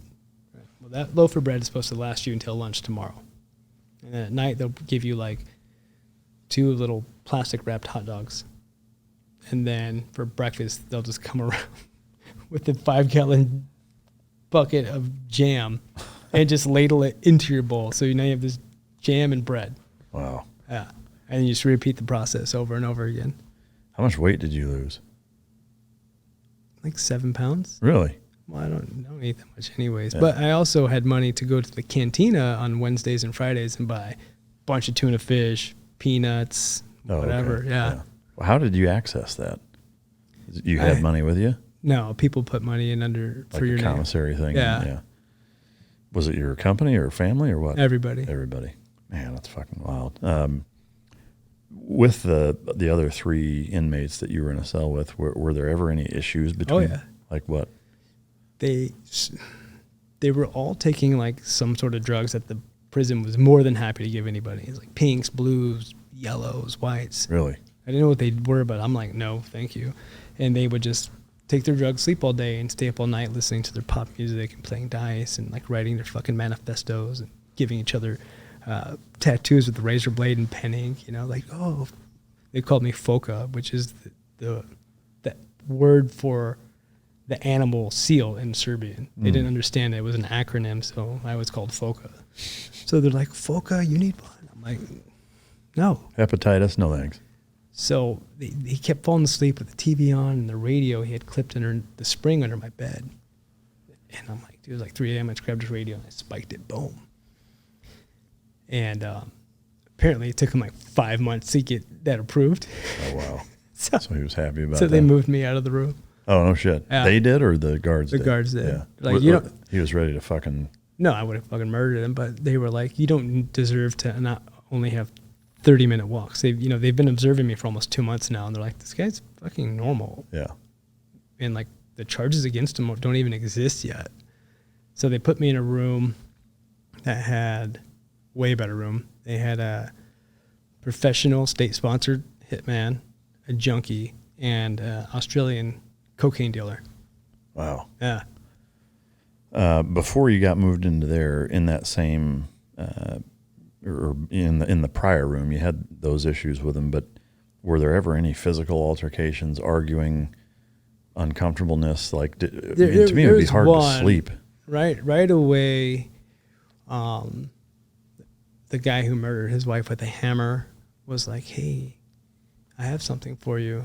I was like, okay. And then I was sitting and he's walking behind me. I was sitting at the little table we had, and like he pulls out this pen, but the pen where the ballpoint would be, it's taken out and there's a razor blade melted into it, like a little shiv. And I was like, I stood up, and he reached into his little organizer thing and pulled out a box of cookies and cut the cellophane. He's like, whoa. And that's when I kind of learned, like, everyone here is standing trial and doesn't want to do anything crazy to make it worse, look bad in court. Oh, okay. Yeah. So that kind of put your spidey senses down a little bit once you realized. I mean, the dude did kill his wife with a hammer, so I was kind of like, allegedly. Yeah, right. Yeah, allegedly. Yeah. Yeah. I'm curious, like, you know, when you go into a bar and there's a dude sizing you up and you guys are kind of trying to figure out if you like each other or not, or hate each other, there's so much nonverbal cues. Communication. Yeah. How self-aware were you of putting off that vibe, like, dude, I will fuck you up at first? I was, but I didn't have to. Really? Because the news has said I was there to kill the president. Come to find out, everybody in there, guess who they hate? President. Now guess who they love? Me. Oh, I gotcha. So they're all like, this dude's a hero. I was like revered. Oh, wow. Yeah. Damn, that's fucking wild. It was wild. I was getting like salutes from prison guards. I was like, what? Wow, like everybody hated him. Everyone. Wow. Everyone. Damn. Dude, that's fucking wild. All right, so you said you got tuna fish and peanuts from anything else? Like, what all was available? Man, I got down on some Sudoku. I'm fucking sick. The jigsaw puzzle one, like all of them. Yeah. I'd get crazy every now and then and get a Snickers bar. Yeah. You know, some cigarettes. Yeah. What kind of cigarettes? American? No. Shitty. Weird Serbian green leaf fucking bullshit. Yeah. Some David off to be fancy. Or they just had some crazy wacky shit in there. Yeah. Yeah. What were you doing the rest of the day? I mean, if it's 30-minute walks, I mean, are you PTing? Are you fucking? I wasn't, because I'm like, I'm out of here. I'm going to be out of here. Like, I'm not going to try to set a routine. I get comfortable. My lawyer, through some friends, brought me in a bunch of books, and I don't know if it was a joke, but the first book I got was Crime and Punishment by Dostoevsky, and I was like, thanks, guys. So just read a bunch, played chess. Yeah. But I wasn't really planning on being there that long. Yeah. Were they interrogating you at all during that time? No. So it was only the first few days. Yeah. And from a SEER school comparison standpoint, were there any actual like legitimate interrogation tactics, or was it just kind of interviewing? They were horrible. Yeah. They needed some schooling. Yeah. Like you saw right through any. Yeah. Was there anything that stood out as them trying to be sneaky and you're just like, dude, come on? No. Just that little threat at the end. Yeah. We know you're trained, but you gave us something that you don't know you gave us. But otherwise, they were just basically interviewing you? Yeah. They were confused, too. Yeah. They were like, what the fuck? Yeah. Okay. All right. So you get moved into the new room. At this point, you've been there for a month and a half, 2 months? Mm-hmm. Yeah. What happened, like, once you were in there? Any problems with those inmates, or was it kind of the same thing? That one was cool. So the main guy, the state-sponsored killer, he was like, these are the rules. No smoking after 11, no smoking before 7. TV goes off at 11. Keep your shit clean. I was like, nice to meet you, bud. We're good. And what kind of guy did he seem like? Legit? Serious as fuck. Yeah. Like, because again, like, you do this type of stuff long enough, you can tell when a motherfucker can handle himself. Like, you got that impression, like, this dude's nobody to fuck with. Oh, yeah. Yeah. Physically, was he pretty capable? Oh, yeah. Yeah. Big dude? Oh, yeah. Yeah. I mean, I was the shortest guy in Serbia by like fucking 8 inches. It's a huge country. Yeah. Yeah. Like, all the dudes are just these monstrously fucking big dudes. Yeah. So did you chat with them at all? Like, get to know them? We became friends. Oh, shit. Yeah. Like, did you keep in touch with them afterwards? No. Not that close. No, I mean, I still don't have, there's still a lot of personal belongings I don't have. Oh, really? Yeah. Like that you came there with that they took? Yeah. Important shit? My phone. Oh, really? Yeah. Wow. Did they get into it? Yeah. Yeah. It wasn't locked. I usually, if I lock it, it's when I leave the house, but I'm sitting there at the house. I don't think I'm going to get wrapped up. Yeah. Wow. Yeah. Your phone, what else? That's it. Oh, okay. Like the way for me to get in touch with somebody, but. Did you have a bunch of cash on you? Not a bunch. Like a couple grand or less than that? No, like 1,500 euros. Yeah. Yeah. And they took that, I assume? Or did they put that into your fucking commissary I don't account? remember getting that back, actually. Never thought about it? A year and a half, I wasn't really thinking about 1,500 euros. Yeah. Yeah. Did you have a wallet, credit cards, ID? You know what? I was surprised to see they didn't take my Rolex. Really? Yeah. That one? Yeah. When I finally got out. Yeah. So that one's been through it all, huh? Yeah. It sat in a little bag in a little fucking storage locker. That's really fucking surprising. I'd think in a place like that, that'd be the first fucking thing they'd take. What watch? Yeah. Idiot. Yeah. Yeah. That's a trip, man. All right. So there was a state-sponsored terrorist or hitman. There was a junkie. And then an Australian coke dealer. Yeah. You got to know all of them pretty well. Yeah, the junkie was great. Having an ex-junkie in your room, if you ever go to Serbian prison, Yeah, that's the deal. because they don't have a lot of money. Yeah, And then they will do anything to get their drugs. And there's drugs in the system, right? So they need things to trade. Well, I have money for cigarettes and coffee, and we need the room cleaned. Yeah. Boom, boom, boom. He trades it, and it's great. So he turns into your bougie boy, fucking Aaron. I mean, he was super funny and entertaining to have around. Yeah. Total goofball. Yeah. Did you talk to the hitman about any of the shit that he went on? Like, did he share any of that, or was there was some shop talk a little bit. Yeah. Can you share any of it, or would you? I think he's in and out right now. You don't want to fucking ruffle those feathers. That's a trip. Do you know about how old all of them were? Yeah, the hitman guy was he was like 27, 28 at the time. The junkie was like 34, and then the Aussie was like 38, 40. Okay. Yeah. Was the Aussie in Serbia dealing coke and got arrested? Yeah, like $3 million deal, cash. Like, was he bringing coke from Australia, or he was just there? Their boat got intercepted, and Interpol said it was another cocaine faction was going to sell it back to him, and it wasn't. It was Interpol, and they wrapped him up. Oh, I gotcha. Yeah. How long did you stay in that room for? Till the end. So for a year and a half? Yeah. That entire time, how much correspondence did you have with the attorney, with your company, with family? Was there any of it? I had my attorney visit once a month. The State Department would come, but they were no help, really. I had signed for information to be released to my lawyer and my mom and dad, and then the State Department was like, "Oh, you're in trouble." I'm like, "What? What are you talking about?" And as the months went on, I would tell them, "I'm like, they're gonna try to give me a time served, go home, guilty time served," and they're like, "That's a good deal because this child molester in Indonesia, he turned that down and now he's doing 20 years. I'm like, "Why are you talking to me about a child molester in Indonesia? What are you talking about, man?" And I'm like, "Hey, can I write on the back of this paper and you can say that to my mom? I'm not supposed to take notes." I'm like, "Dude." This is your attorney? No, the State Department. It's the embassy. Fuck, man. Yeah. During that whole 18-month period, how many months went by before there was some idea of what the fuck you were being charged with, or kind of where things were at? So January to April, I was arrested. January, April, we go to like the small court, and we all make our statements. And during this time, I found out that the kid I was staying with, that night, he wanted to buy drugs for this big party he was going to have. And the drug dealer showed up at the drug deal, as drug dealers do, I assume. Well, that guy's dad got arrested for drug dealing, so the cops were on his phone. So him and his friend got wrapped up with the drugs and a gun, and then the guy whose house I was with.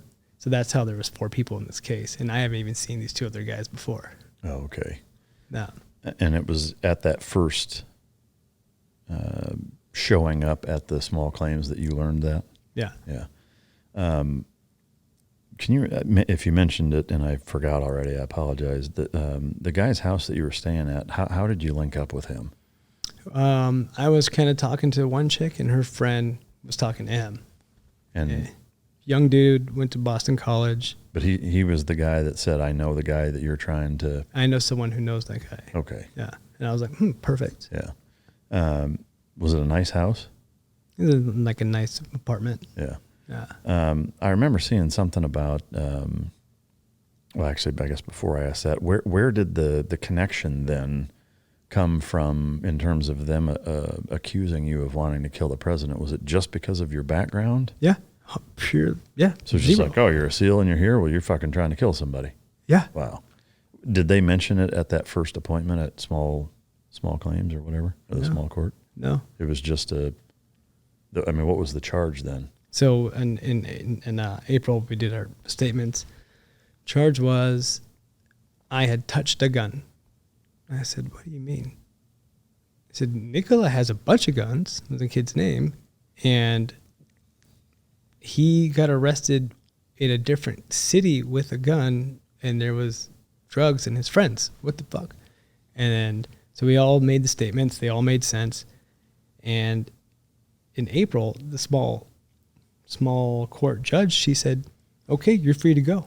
This was in April, like 3 months after. I go back to my room. I start packing up. The standard suitcase for prison is a black trash bag, all my shit. And the guards come down the hallway. Foca, advocat, lawyer. Grab my bag, leave it. Lawyer's like, hey, man, right when you left, she got a phone call saying you need to be charged with something. Fuck. So I waited from April to November for them to even charge me with anything. And every monthly update with the lawyer is just like, I got nothing. Well, I told him, he goes, I'll keep visiting you. I'm like, bro, if you ain't got nothing to fucking tell me, don't come. Really? Yeah. Like even breaking up the monotony of the I don't day give a to- fuck. No shit. Yeah. Just didn't give a fuck. Bug it. Yeah. It's my house. I know shit. Yeah. I mean, is it because the procedure of having somebody visit you throws things off, or was it just like, I don't even give a fuck? They don't care. Yeah. Because it was like, what? Like, don't see me unless there's news. So now if you come, I'm going to think there's news. Yeah. But all he said was, it's going to take a long time. Wow. I mean, putting myself in your shoes, I guess I would think just breaking the monotony and seeing somebody else. Well, State Department, embassy came once a month. Yeah. And there was, So you saw them either way. yeah. Okay. Even if I didn't want to. Yeah. Yeah. Did they ever, I mean, what were they saying to you each month? The same? How's the food? I'm like, are you going to change it? Well, we can't. Why? Like, it was a waste of fucking, it was so bad. So it was the same dumb shit over and over. So and I was like, well, stop coming. Yeah. Unless you have like a really cool message from my mom and dad, or Yeah. unless you're willing to sneak a letter out for me. What are we even doing here? Did you get either of that? Did you get any correspondence? I could write like one or two, and then he'd be like, I'm okay. That was it. Yeah. But you never got to talk to your parents or anybody? No. Yeah, nothing. No. Wow. Did you have like an apartment or a house back home, back here in the United States? No, I was During- living with somebody. Okay. So there wasn't like, dude, my house is going into foreclosure. You know, there was none of But what? Like, Yeah. what are you going to do? Oh, yeah, I know. Yeah. I just didn't know if there was like this brewing shitstorm back home of things there left was. undone. There was, unbeknownst to me, yeah. Oh, really? Oh, yeah. Okay. Does it make sense to get into that No, afterwards? Yeah, afterwards, yeah. All right. So April to November. Now it's still, I mean, before the charges even came down in that 6 month period, you're just Groundhog's Day in it. Just fucking day in, day out. Fitness, chess. So at that point, like, are there weights, or is it all penitentiary shit, body weight stuff? And It's all calisthenics. I mean, I just whatever you could come up with in your room. Yeah. And then every other day on the walk, you would have the yard that had the pull up and dip bar. how many guys are in there at a time? The block, 100. About 100. Yeah. At that point, are you sizing dudes up? Or are they sizing you up? No, I'm the guy. I'm Yeah. grandfathered in. I'm Like everybody's leaving you alone. or like wanting to be my friend. Yeah. Yeah. That's got to be fucking weird. It was. Did you meet anybody that you remember, like, that was exceptional in that big group of people that came up and that you were like, oh, I know this guy? Yeah, there's a couple guys. Like one of them, big dude named Mozza. He's a professional football hooligan. Huge guy, beat the shit out of somebody, but it's like super nice, you know? Yeah. And then there's one guy who's a professional thief. Steals Rolexes and sells them. And then state-sponsored assassin. He was really cool. Yeah. Anybody else? That's it. I mean, it felt like it was, besides that, the rest, you had these, like, the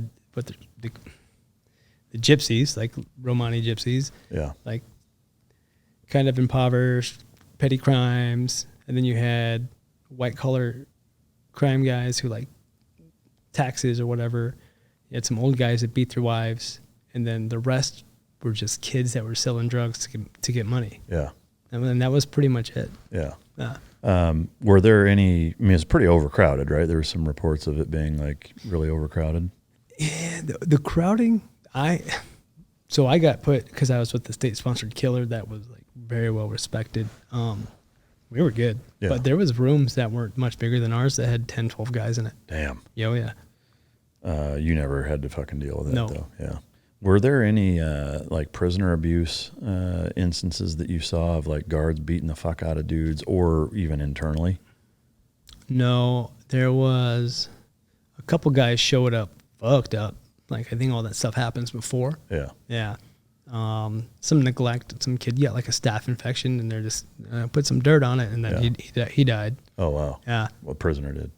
Yeah. Yeah, the prison. Yeah. Did you get sick at all while you're there? No. No. And there were no, like you see in the movies with American prisons, gang rapes and fucking fights and stabbings. I mean, they're like all Orthodox,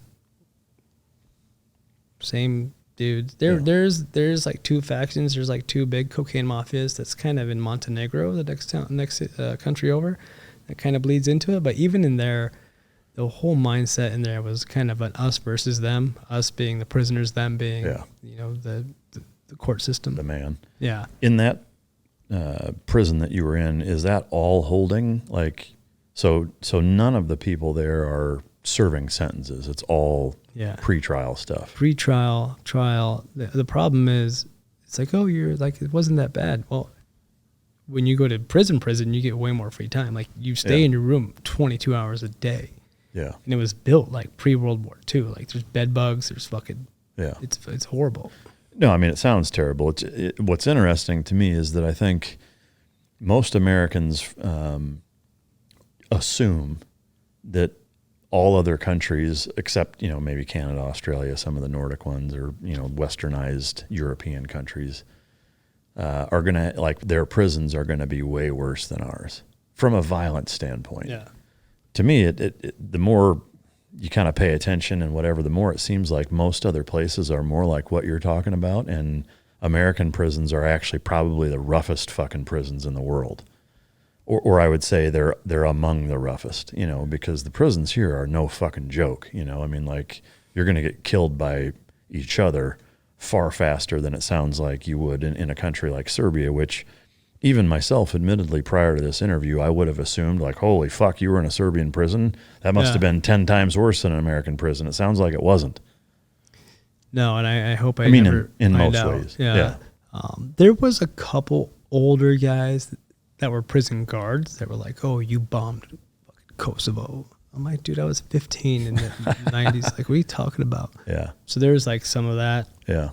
That old thing, but but nothing really like. There was one moment where there was someone in there during the walk that came in to try to do something, but my guy stopped it real quick. And then the shot caller, the state-sponsored assassin, asked the prison guards, what the fuck, why'd you do that? He's not even on our block. And they said, look, we were told to do that, so FOCA got in trouble, but we did it in such a manner that we knew nothing would come of it. So you guys are good, and we appeased our bosses. So there was an internal desire to want to fuck with you a little bit? For me to dehumanize myself and beat the shit out of somebody, yeah. It was pretty much, it was a fully bait operation. Okay, so they were just basically trying to set you up to fuck up to make it worse. Look how violent this person is. Yeah. Wow. All right, so 6 months goes by. You finally, come November, you finally get news of an update. What was the update? Charges. What were they? Possession of explosives, possession of a firearm, and buying and selling of firearms and explosives. Yeah. Yeah. None of which was true. No. So how did it transpire in the subsequent months with, okay, you're charged with this. Did it end up going to trial? Yeah, I stood trial. And the attorney that you had, was it the same one the entire time? Well, yes, I had one attorney, and then the kid I got arrested with, his big dog attorney, Misha Ognjanovic, he was like, I'll take your case. And then like a month later, he was assassinated. So what was the deal with that? Do you even know? Well, the day after he was assassinated, they came in my room and upper decked my room, stripped me butt naked. And I think they were looking for a phone. They're like, you had something to do with this. Do you have any idea what happened? I mean, he's the number one defense attorney in the country. Pick your enemy, which, who knows? Do you know how it happened? Yeah, it was gunned down in the street. Yeah. Yeah. Just broad daylight. No, like I think there's like videos of it. The newspapers, like these two kids hiding behind a pillar. He walks by, pop, take off. Man. Yeah. All right. So the charges again were mostly gun related. Yeah. None of which were true. There was a snippet that I read about serial numbers on the guns being removed. Mm-hmm. Do you know what the deal with that was? No. apparently they were removed or someone tried to remove them. Maybe. So do you know if the guns that were in that house were illegal? I have no idea. No idea. All right, so the charges come down. How did things transpire after that? Charges come down. We wait another month because now no judge wants to take my case. Because of the attorney being killed, or? That, and there's no evidence against me, but the president and their like Secretary of Defense is talking all this shit on me. So there's like this political pressure to do something, but then you have this legal pressure to follow justice, and no one wants to be the guy who set the FOCA free, right? Yeah. So, but nobody wants to fuck you over either. Yeah, because they're judges. Yeah. And there's no jury; it's just a judge. So we finally get a judge, younger lady, blonde hair, really pretty. Take the case. First court date was like in January. It's like a year I'm finally in court. Everyone, like opening statements, I have a translator. Translator sucks. I don't know what's going on. I get walked in like Hannibal Lecter. I got an MP5 on my fucking head. Oh yeah, and I'm in handcuffs and no one else is. 2 other guys in my case are on house arrest. Wow. The other guy who isn't is because he's a career criminal. But me, here I am, locked up, MP5, and I'm like, dude, what? This guy's gonna shoot me on accident. It's fucking crazy. like, there's no way he's ever shot that thing. I just know. I could tell by the way he's holding it. Yeah. The newspapers are all there, the whole fucking thing, and opening statements, and pretty much court went answer questions or not, or say something, and then debrief with my lawyer and be like, what the fuck happened? Because they're not giving me top tier translators. No.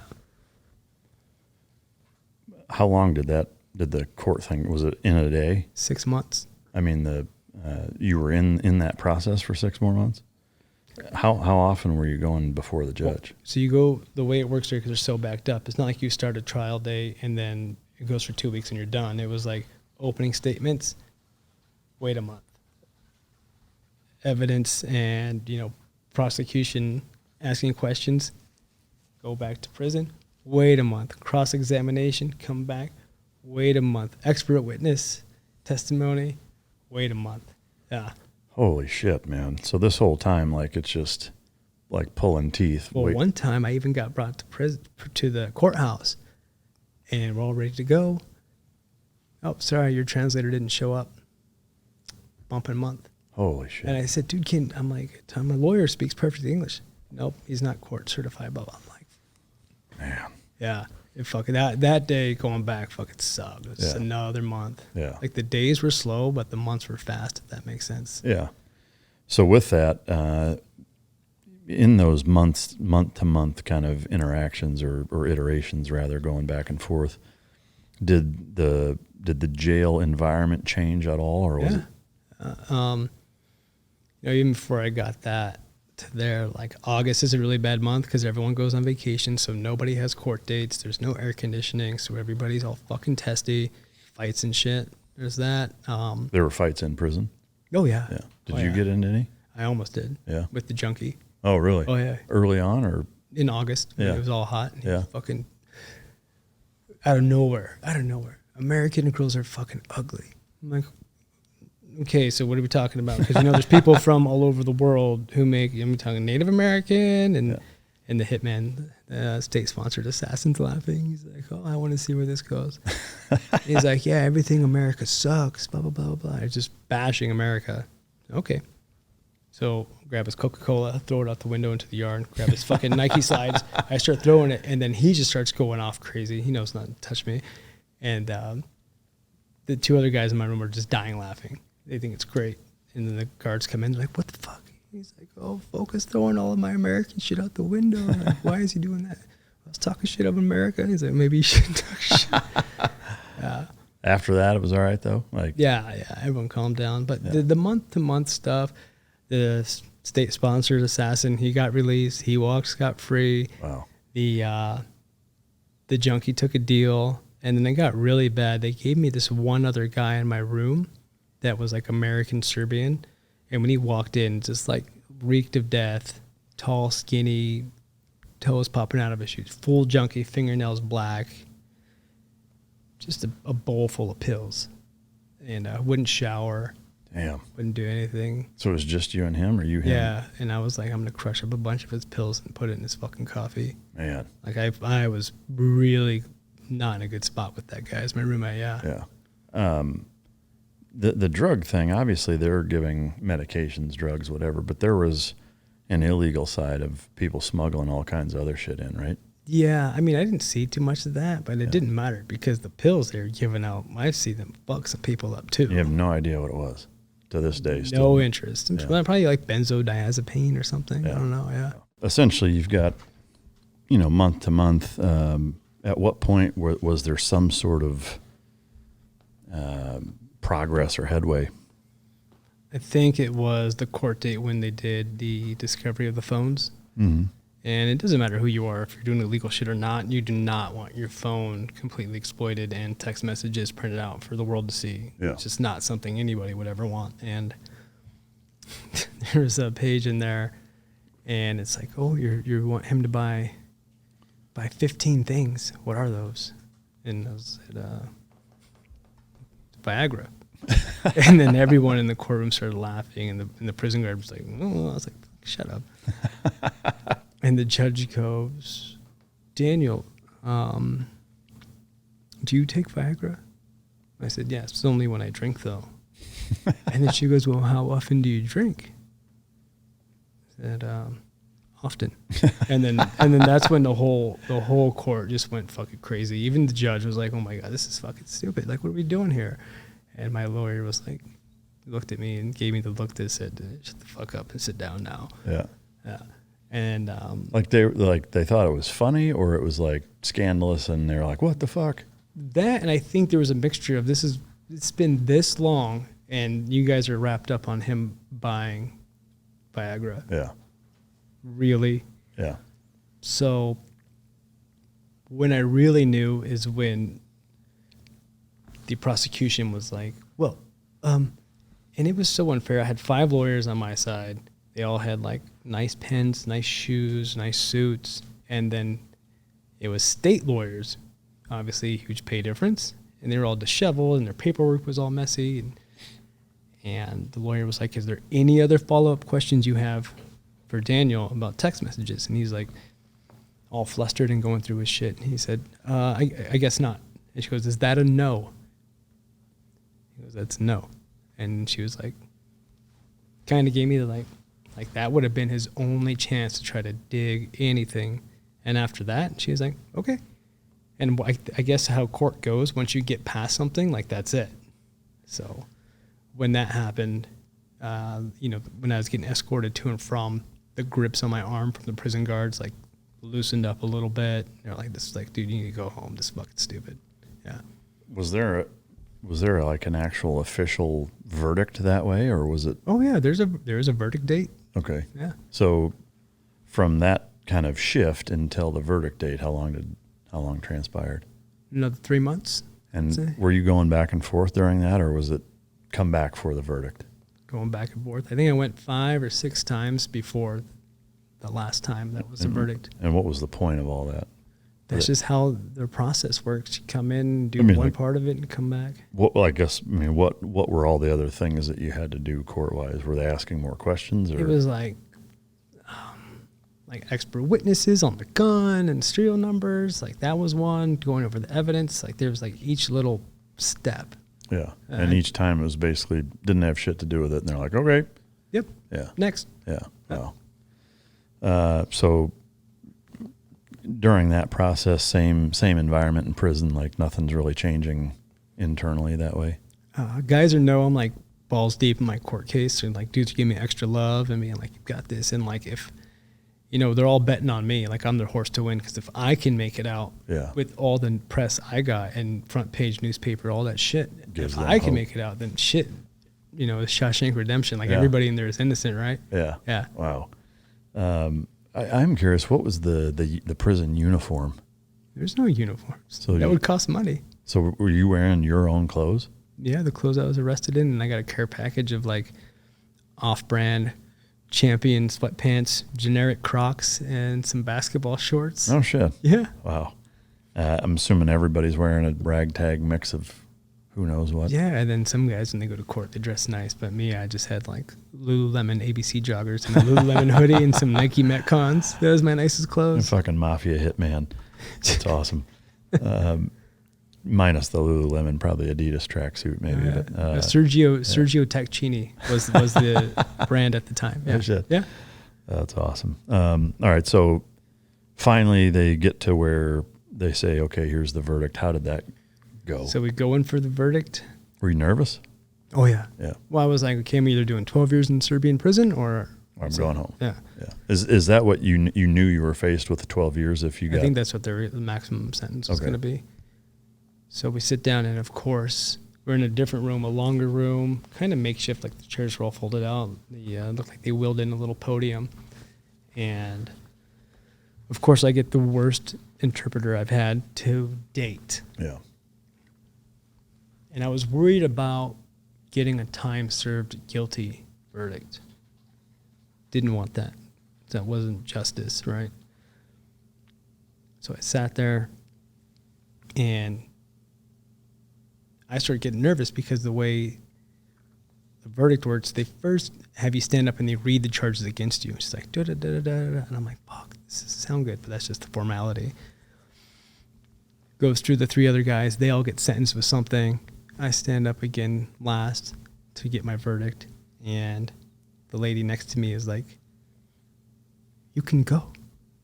I said, yeah, but like what, under what conditions? Like, what did she say? She said, oh, Nevin's innocent.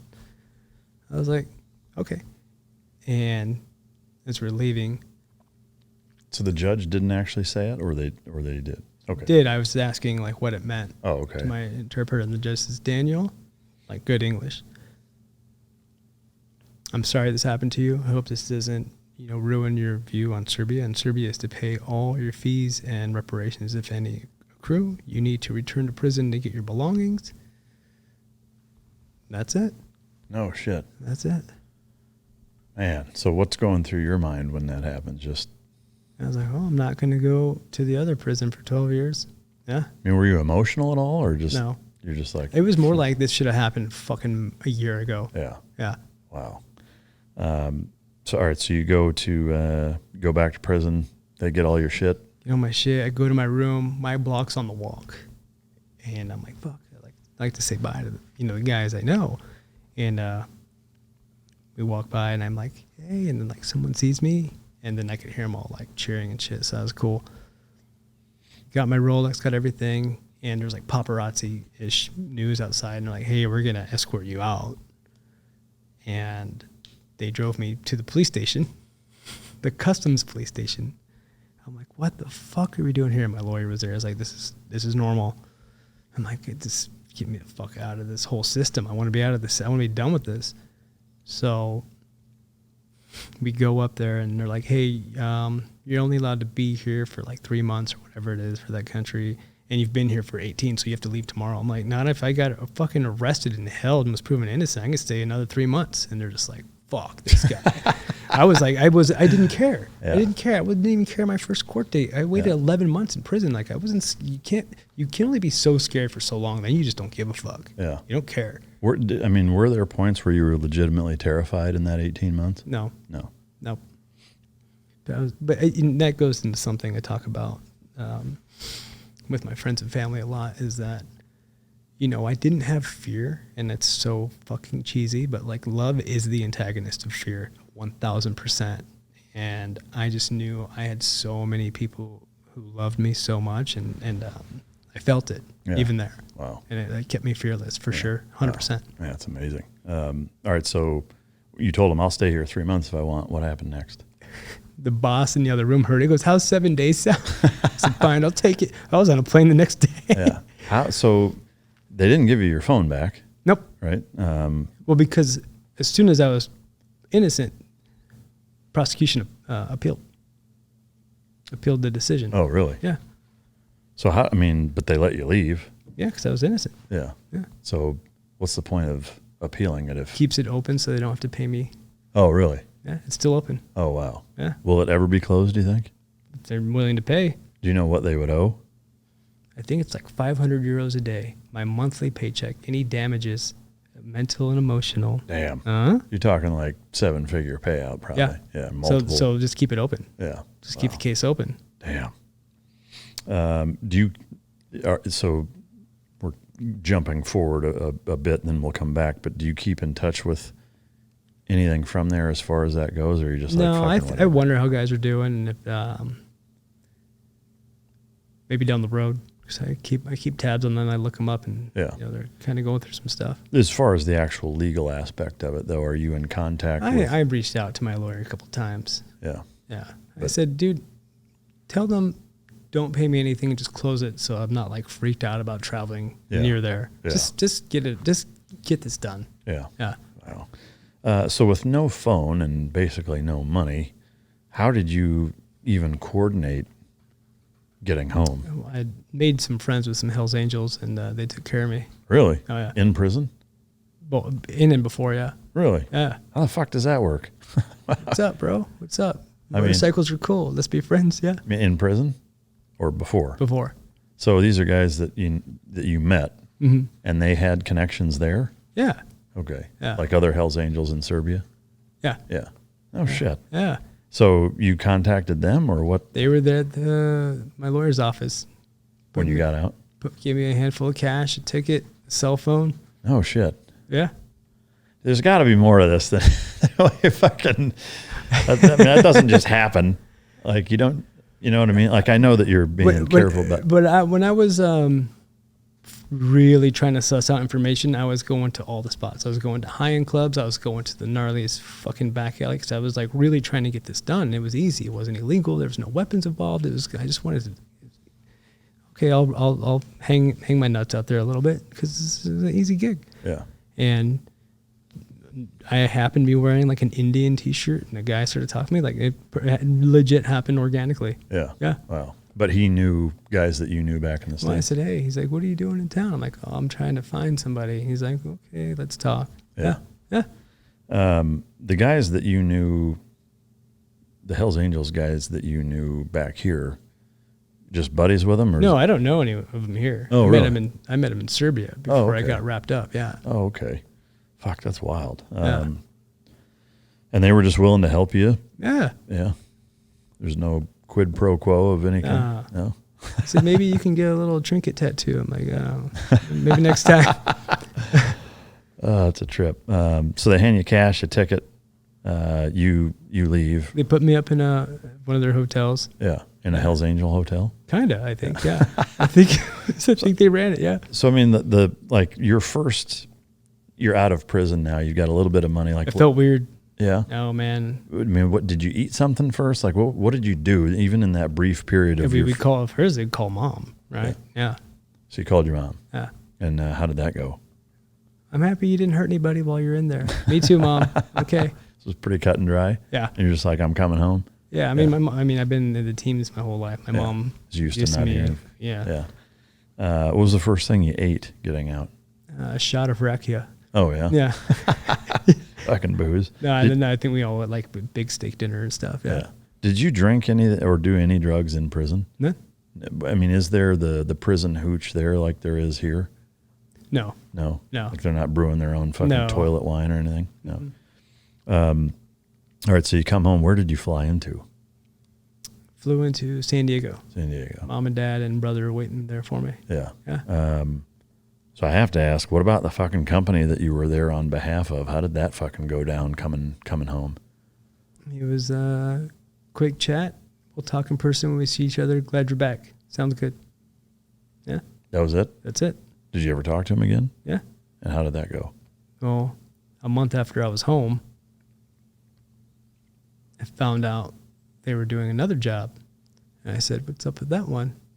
They said, hey, I was just asking about you. How good's your Spanish? I said, it's pretty good. And say, when can you be in Central America? I said, how fast can you get me a ticket? And I was working again. No shit. Yeah. So there was no hard feelings of... Oh, this is the job. Yeah. Right? Well, I mean, I guess not having gone through that 18 months and not understanding any of the correspondence, if I'm putting myself in that shoes, there'd be part of me at least, it's like, what were you doing for that 18 months to help me, or were they? They were. Okay. Oh, yeah. Can you talk about what they were doing? Yeah, legal fees, making sure my family's okay, keeping them in the loop, Okay. making sure I had food in my canteen. Yeah. Okay. I guess I didn't put that together. So they were doing as much as they could, 100%. and they were supportive. 100%. Okay. Like family. Yeah. Yeah, I got Yeah. you. Were they paying you that at that time, or how did No. they compensate you at all? No. And I didn't expect anything. So when you came home, I mean, were you basically fucking broke? Yeah. I had like $13 to my name. My credit score was like 520. I owed the IRS like $86,000, and I got approved for like 3 credit cards at $300 max limit. Wow. And that was where I started.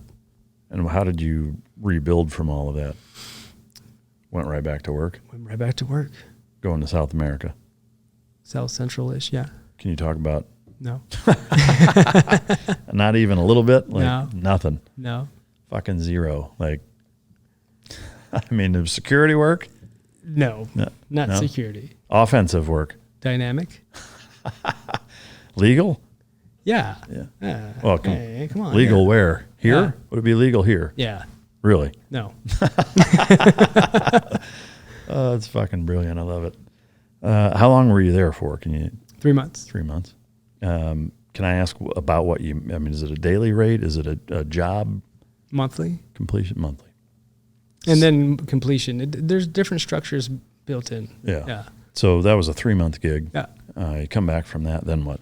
I had a buddy who's been in finance since forever, and he's been trying to recruit me since forever. And I was like, maybe I'll give this a shot. Yeah. And I did. Treated me very well. Got paid. That company kind of fell apart, and then I was like, "Fuck! Like what?" And I was like, "What am I gonna do now?" I was in my storage unit cleaning up, and I saw I had like shot timers and bullets and paper targets. I'm like, I'm just gonna go incorporate myself and start teaching shooting out here in Arizona. So I still got that going on, and then not too long after that, I get a phone call from a book agent that said, "Hey, I heard about your story. Are you interested in writing a book?" And at first, I was kind of like, I still like getting those phone calls on the black phone, Yeah, and doing stuff. But the way that world is, you'll get 3 to 4 calls a year, and maybe one of them happen. That's just how it works. Yeah, because there's logistics and money. And that's just the nature of the beast. So I'm like, let me think about it. And a month later, I said, yeah, let's do it. and I'm assuming now doing the book or doing a podcast now that black phone's not ringing ever again. Probably not. I mean, I'm surprised it did, even with all of the headlines of being in a Serbian prison. It was sketchy the first trip after that. Yeah. But even when I returned to the States after being gone that long, no one gave a fuck. No one stopped me at customs, anything. Wow, nothing. Nothing. Did that 3-month gig in the South square you up financially to where you were all caught up and good to go? No. No. No. Are you still having a hard time with No, I got everything. Oh yeah. Everything much different situation now. Yeah. The because of the financial piece, or Both, just everything, just the working with, doing the jobs I do, the financial piece, my shooting school. I signed a book deal. Yeah. Yeah. So just kind of a few irons in the fire that. Yeah, I always like to have more than one. Oh yeah, shit, you have to. Yeah. Man, so what was the date that you came home from prison? I think it was like June 23rd. I don't remember. Of what year? The 19 or 20? 19 or 20. I don't remember. It was before COVID shut down and all that. Yes. How did that impact your work? I was done working that job. The black side? Yeah, and I was doing the finance work from home thing, so it had zero impact on me. Can you talk about the finance thing, or is that? I mean, I was like a business development at a private wealth management company. So like you're looking for investment opportunities kind of shit? Yeah, like picking up mom and pop shops and rolling them under a bigger company. Yeah, I gotcha. But you're not really doing that anymore? No, kind of a massive layoff of people. Yeah.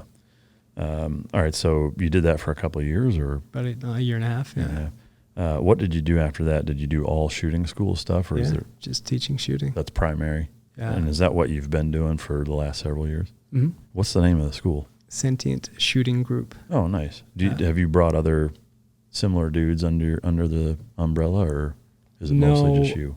I am open to working with somebody to do bigger groups, but like I really need them to shoot and not miss while they're demoing and stuff. Like I need solid dudes. But I mean, I'm open to doing collaborations. I'll do law enforcement, SWAT teams, whatever. Yeah. Yeah. So it's just you. Just me. And I do most of it's one-on-one. I gotcha. Yeah. And you stay pretty busy doing that? Relatively. It's about to hit 115 degrees in Arizona in a couple months, so not so busy. Yeah. So you got some time off. Yeah. You decided so the book deal, it's called American Mercenary. Yeah. What inspired you to do it? What was the final light switch that you're like, you know what? Yeah, I am going to fucking do it. I think let me back up. I think there's a lot of people out there that think they should write a book. Yeah. I should write a book. It was when multiple people told me I should write a book. Yeah. And then an agent called me and I'm like, okay, fine. Yeah. Yeah. Big publishing house? Yeah. Hitched Book Group. Oh, okay. Yeah. Is there a general message that you're trying to accomplish with the book, or is it purely just telling your story because it's a fucking wild one? There's a couple in there, I think. Like the parable of talent. I got out and I had all these skill set, and I think not using your talents is a huge waste. Yeah. And how can I tap into that and make money from it? So what are guys doing now with certain jobs out of the military, and how to make that transition? Where I didn't make the transition till much later because I just kind of kept down a similar path. And then I talk a lot in the book about my mindset and all those nights to yourself with no distractions, and how I utilized that time and really did a deep dive into myself in prison. Yeah. Was there a biggest takeaway from the internal reflection during that time? Yeah, forgiveness. Yeah. Yeah. Just everybody? And mostly yourself. Yeah. Yeah. Historically, were you super hard on other people and yourself and not very forgiving? 100%. With everybody, I mean, obviously yourself, but even with other people? Yeah. Yeah. Yeah. Like you were very... Oh, you did this wrong? Fuck you, don't talk to me. Yeah, you're cut out. You're I'm done. Yeah. You're done. Yeah. Yeah. Wow. Has that, not forced, but I would say influenced or encouraged you to, once you got out, reach out to people and reconnect? Or was it more of a, moving forward, I'm not going to fuck people, or I won't cut people out of my life for doing X? Yeah, I'll reach out every now and then, yeah. Yeah. Any particular people that you could share that you reconnected with? No, just some of the guys, Will Chesney, Rob, they were the ones. There's a little bit of a divide in the community when I got wrapped up and even let out. That was like, oh, he's bad. He was doing something bad. And then the pipe hitters were like, maybe there's some bullshit. Have you ever been to the Balkans? And there's kind of a divide. So there were people that felt like it made the community look bad, and 100%. Yeah. Yeah. Anybody that still is like, fuck that guy? Not that I know of. I'm sure. I'm sure there's someone out there like that for everybody, right? Yeah. There is an element of that to SEAL Team 6, though, kind of the persona non grata black ball. Like, there are guys on that list, right? Or is that a myth? So I've heard, yes. Yeah. So that's not a confirmed. No, I think no one's making you like, hey, we're all feel this way about this person, so you do too. They're like, oh, well, I'm not going to go to that party if you're going to go there. And he's like, I gotcha. Each their own. I mean, I've heard that there's like an actual list, like an official. Oh, that list is when you are trying out for green team. They will take the potential green team class and walk it around and be like, does anybody have any red flags? And this guy did this, but he was 18, so who knows? Like, there's that. I mean, so in that position, let's say once you'd been there for a couple of years, you see a name on your list and you just don't like the fucking guy, or you think, man, this dude, like, does that happen? It could come down to that, yeah. And that would be enough for a guy to... I don't know. I was never senior enough to be the guy looking at that list. Oh, I gotcha. I think I would get taken into consideration. Serious. Man, fucking wild. Before I ask you the kind of what now, I would like to, we started the Patreon page. We got some awesome members. Just a few questions from them real quick that they wanted me to ask you. Mark, did you ever think you'd actually get out? If so, what kept you from going batshit crazy in confinement? Did you have an escape plan? Oh, great question. I planned to be there for 12 years, 100%.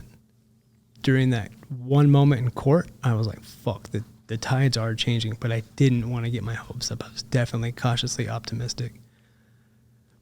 I could have escaped 2 separate times, both in transit. There's like little metal bent nails on the floor. Like I was like, are they trying to get me to pick my handcuffs and go? But then I would have had to like run all the way to Kosovo or some other country, and I didn't have my passport. So I was like, nah.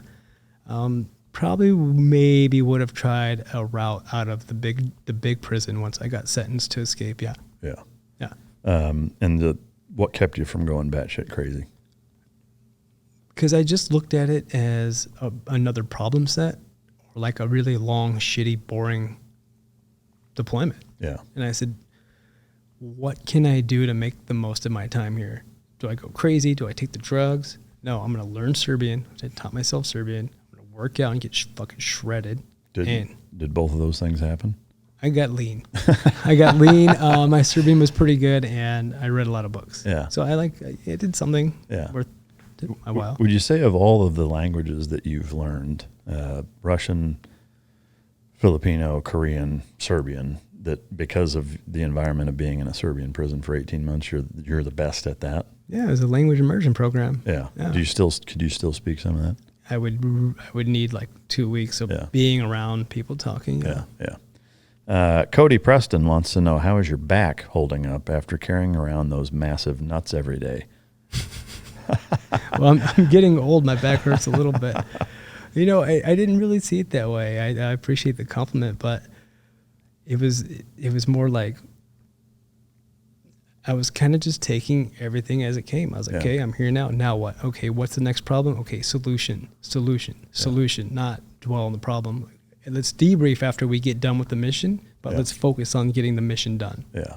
Well, I think that one step at a time is such a bud-centric lesson that you learn that, like, you can't look at it as, dude, this is 6.5 months of this shit. Yeah. Because then you go away. It's what are we doing right now? And let me just finish what's taking place this second. It's such an integral mentality, I think. Slim Pickings says, how much of the language did you speak, and how much could you actually understand in the legal system and proceedings going on, other than I'm in the fucking gulag and that's where I'll probably die? Great question. So I learned prison Serbian, and I was like, oh, I know Serbian. And then you go into a courtroom, and even if you went into an American courtroom as an English speaker, you're going to hear words you don't fucking know. So multiply that times 1,000. I had no idea what was going on in court. Yeah. No. Which has got to be terrifying. It's like you don't even know what's happening. To the point where you're not scared anymore. And it's like, I'll see my lawyer tomorrow when he comes to visit me and tell me what the fuck happened, because I have no clue. And me trying to find out with these state-appointed fucking translators, good luck. I'm just going to end up going crazy. Yeah.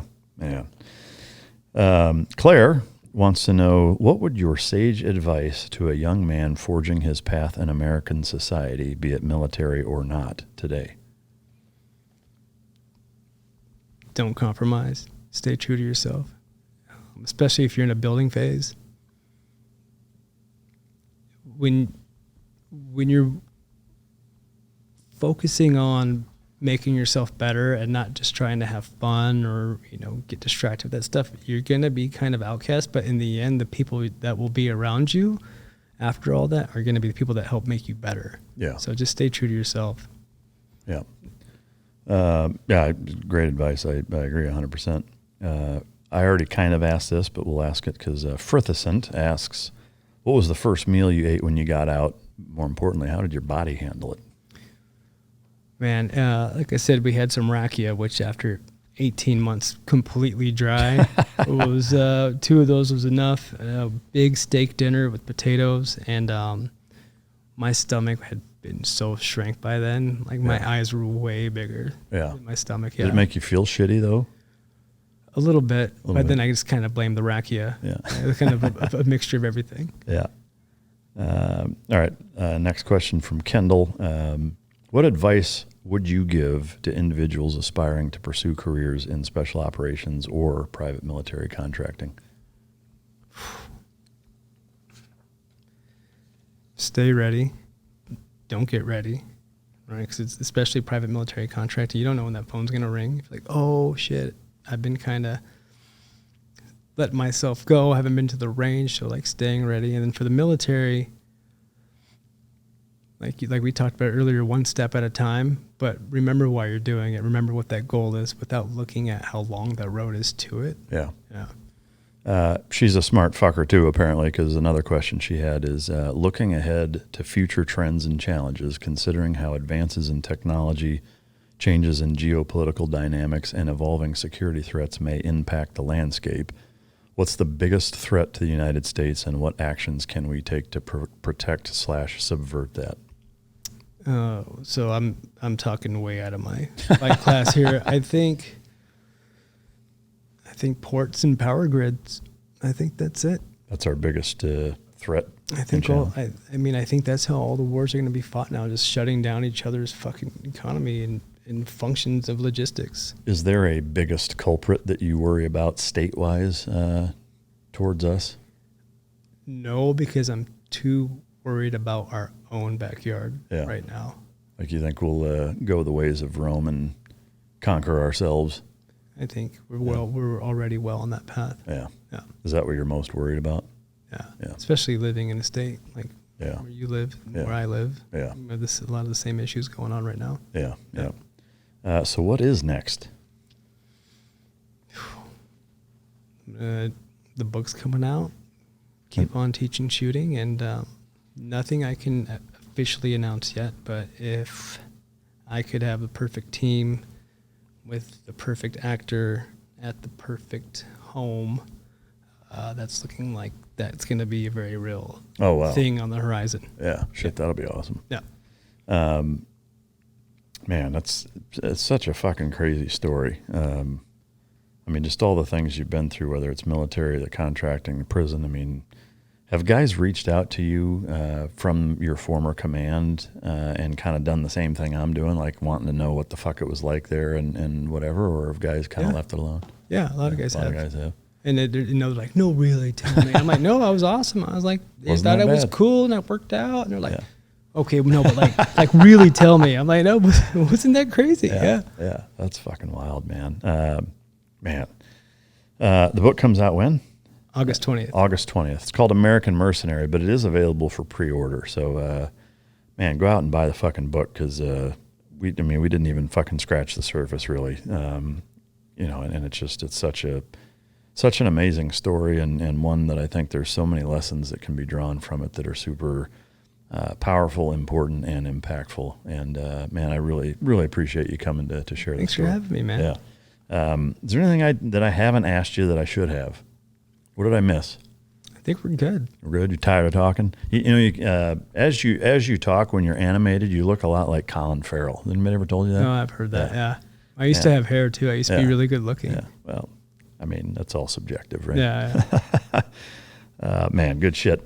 Before we go, have a gift for the guest. This hopefully will resonate well in Arizona. There's 2 of them there. Big thanks to John Johnson for donating what's in the black box, and Champion Choice Silver for making it. I don't know if you wear shit kickers. I do. Yeah. So if you rock that, if you can show it to the camera real quick. One of our subdued mic drop buckles, which only the guests get for coming on this show. So I appreciate you taking the time to come and share your story. I know it's a long day flying in and out and having a 4-hour interview in between, but it's a story that needs to be told. I can't wait for the book to come out, and especially if the special project that you're talking about, I hope that goes down, and look forward to all that. So thanks again. Anything you want to mention before we wrap up? That's it. All right. Hope you guys enjoyed it. I know you did. If you didn't, feel free to choke yourself. On a serious note, Patreon members and everybody else, I genuinely appreciate the support. Without it, we wouldn't be able to bring you amazing stories like this, and I wouldn't get to do this for a living. And I do take it serious. I am humbled by it and honored to be able to sit behind this desk and interview guys of this caliber. So thank you to you guys for your unwavering support. And until next time, this is Mic Drop.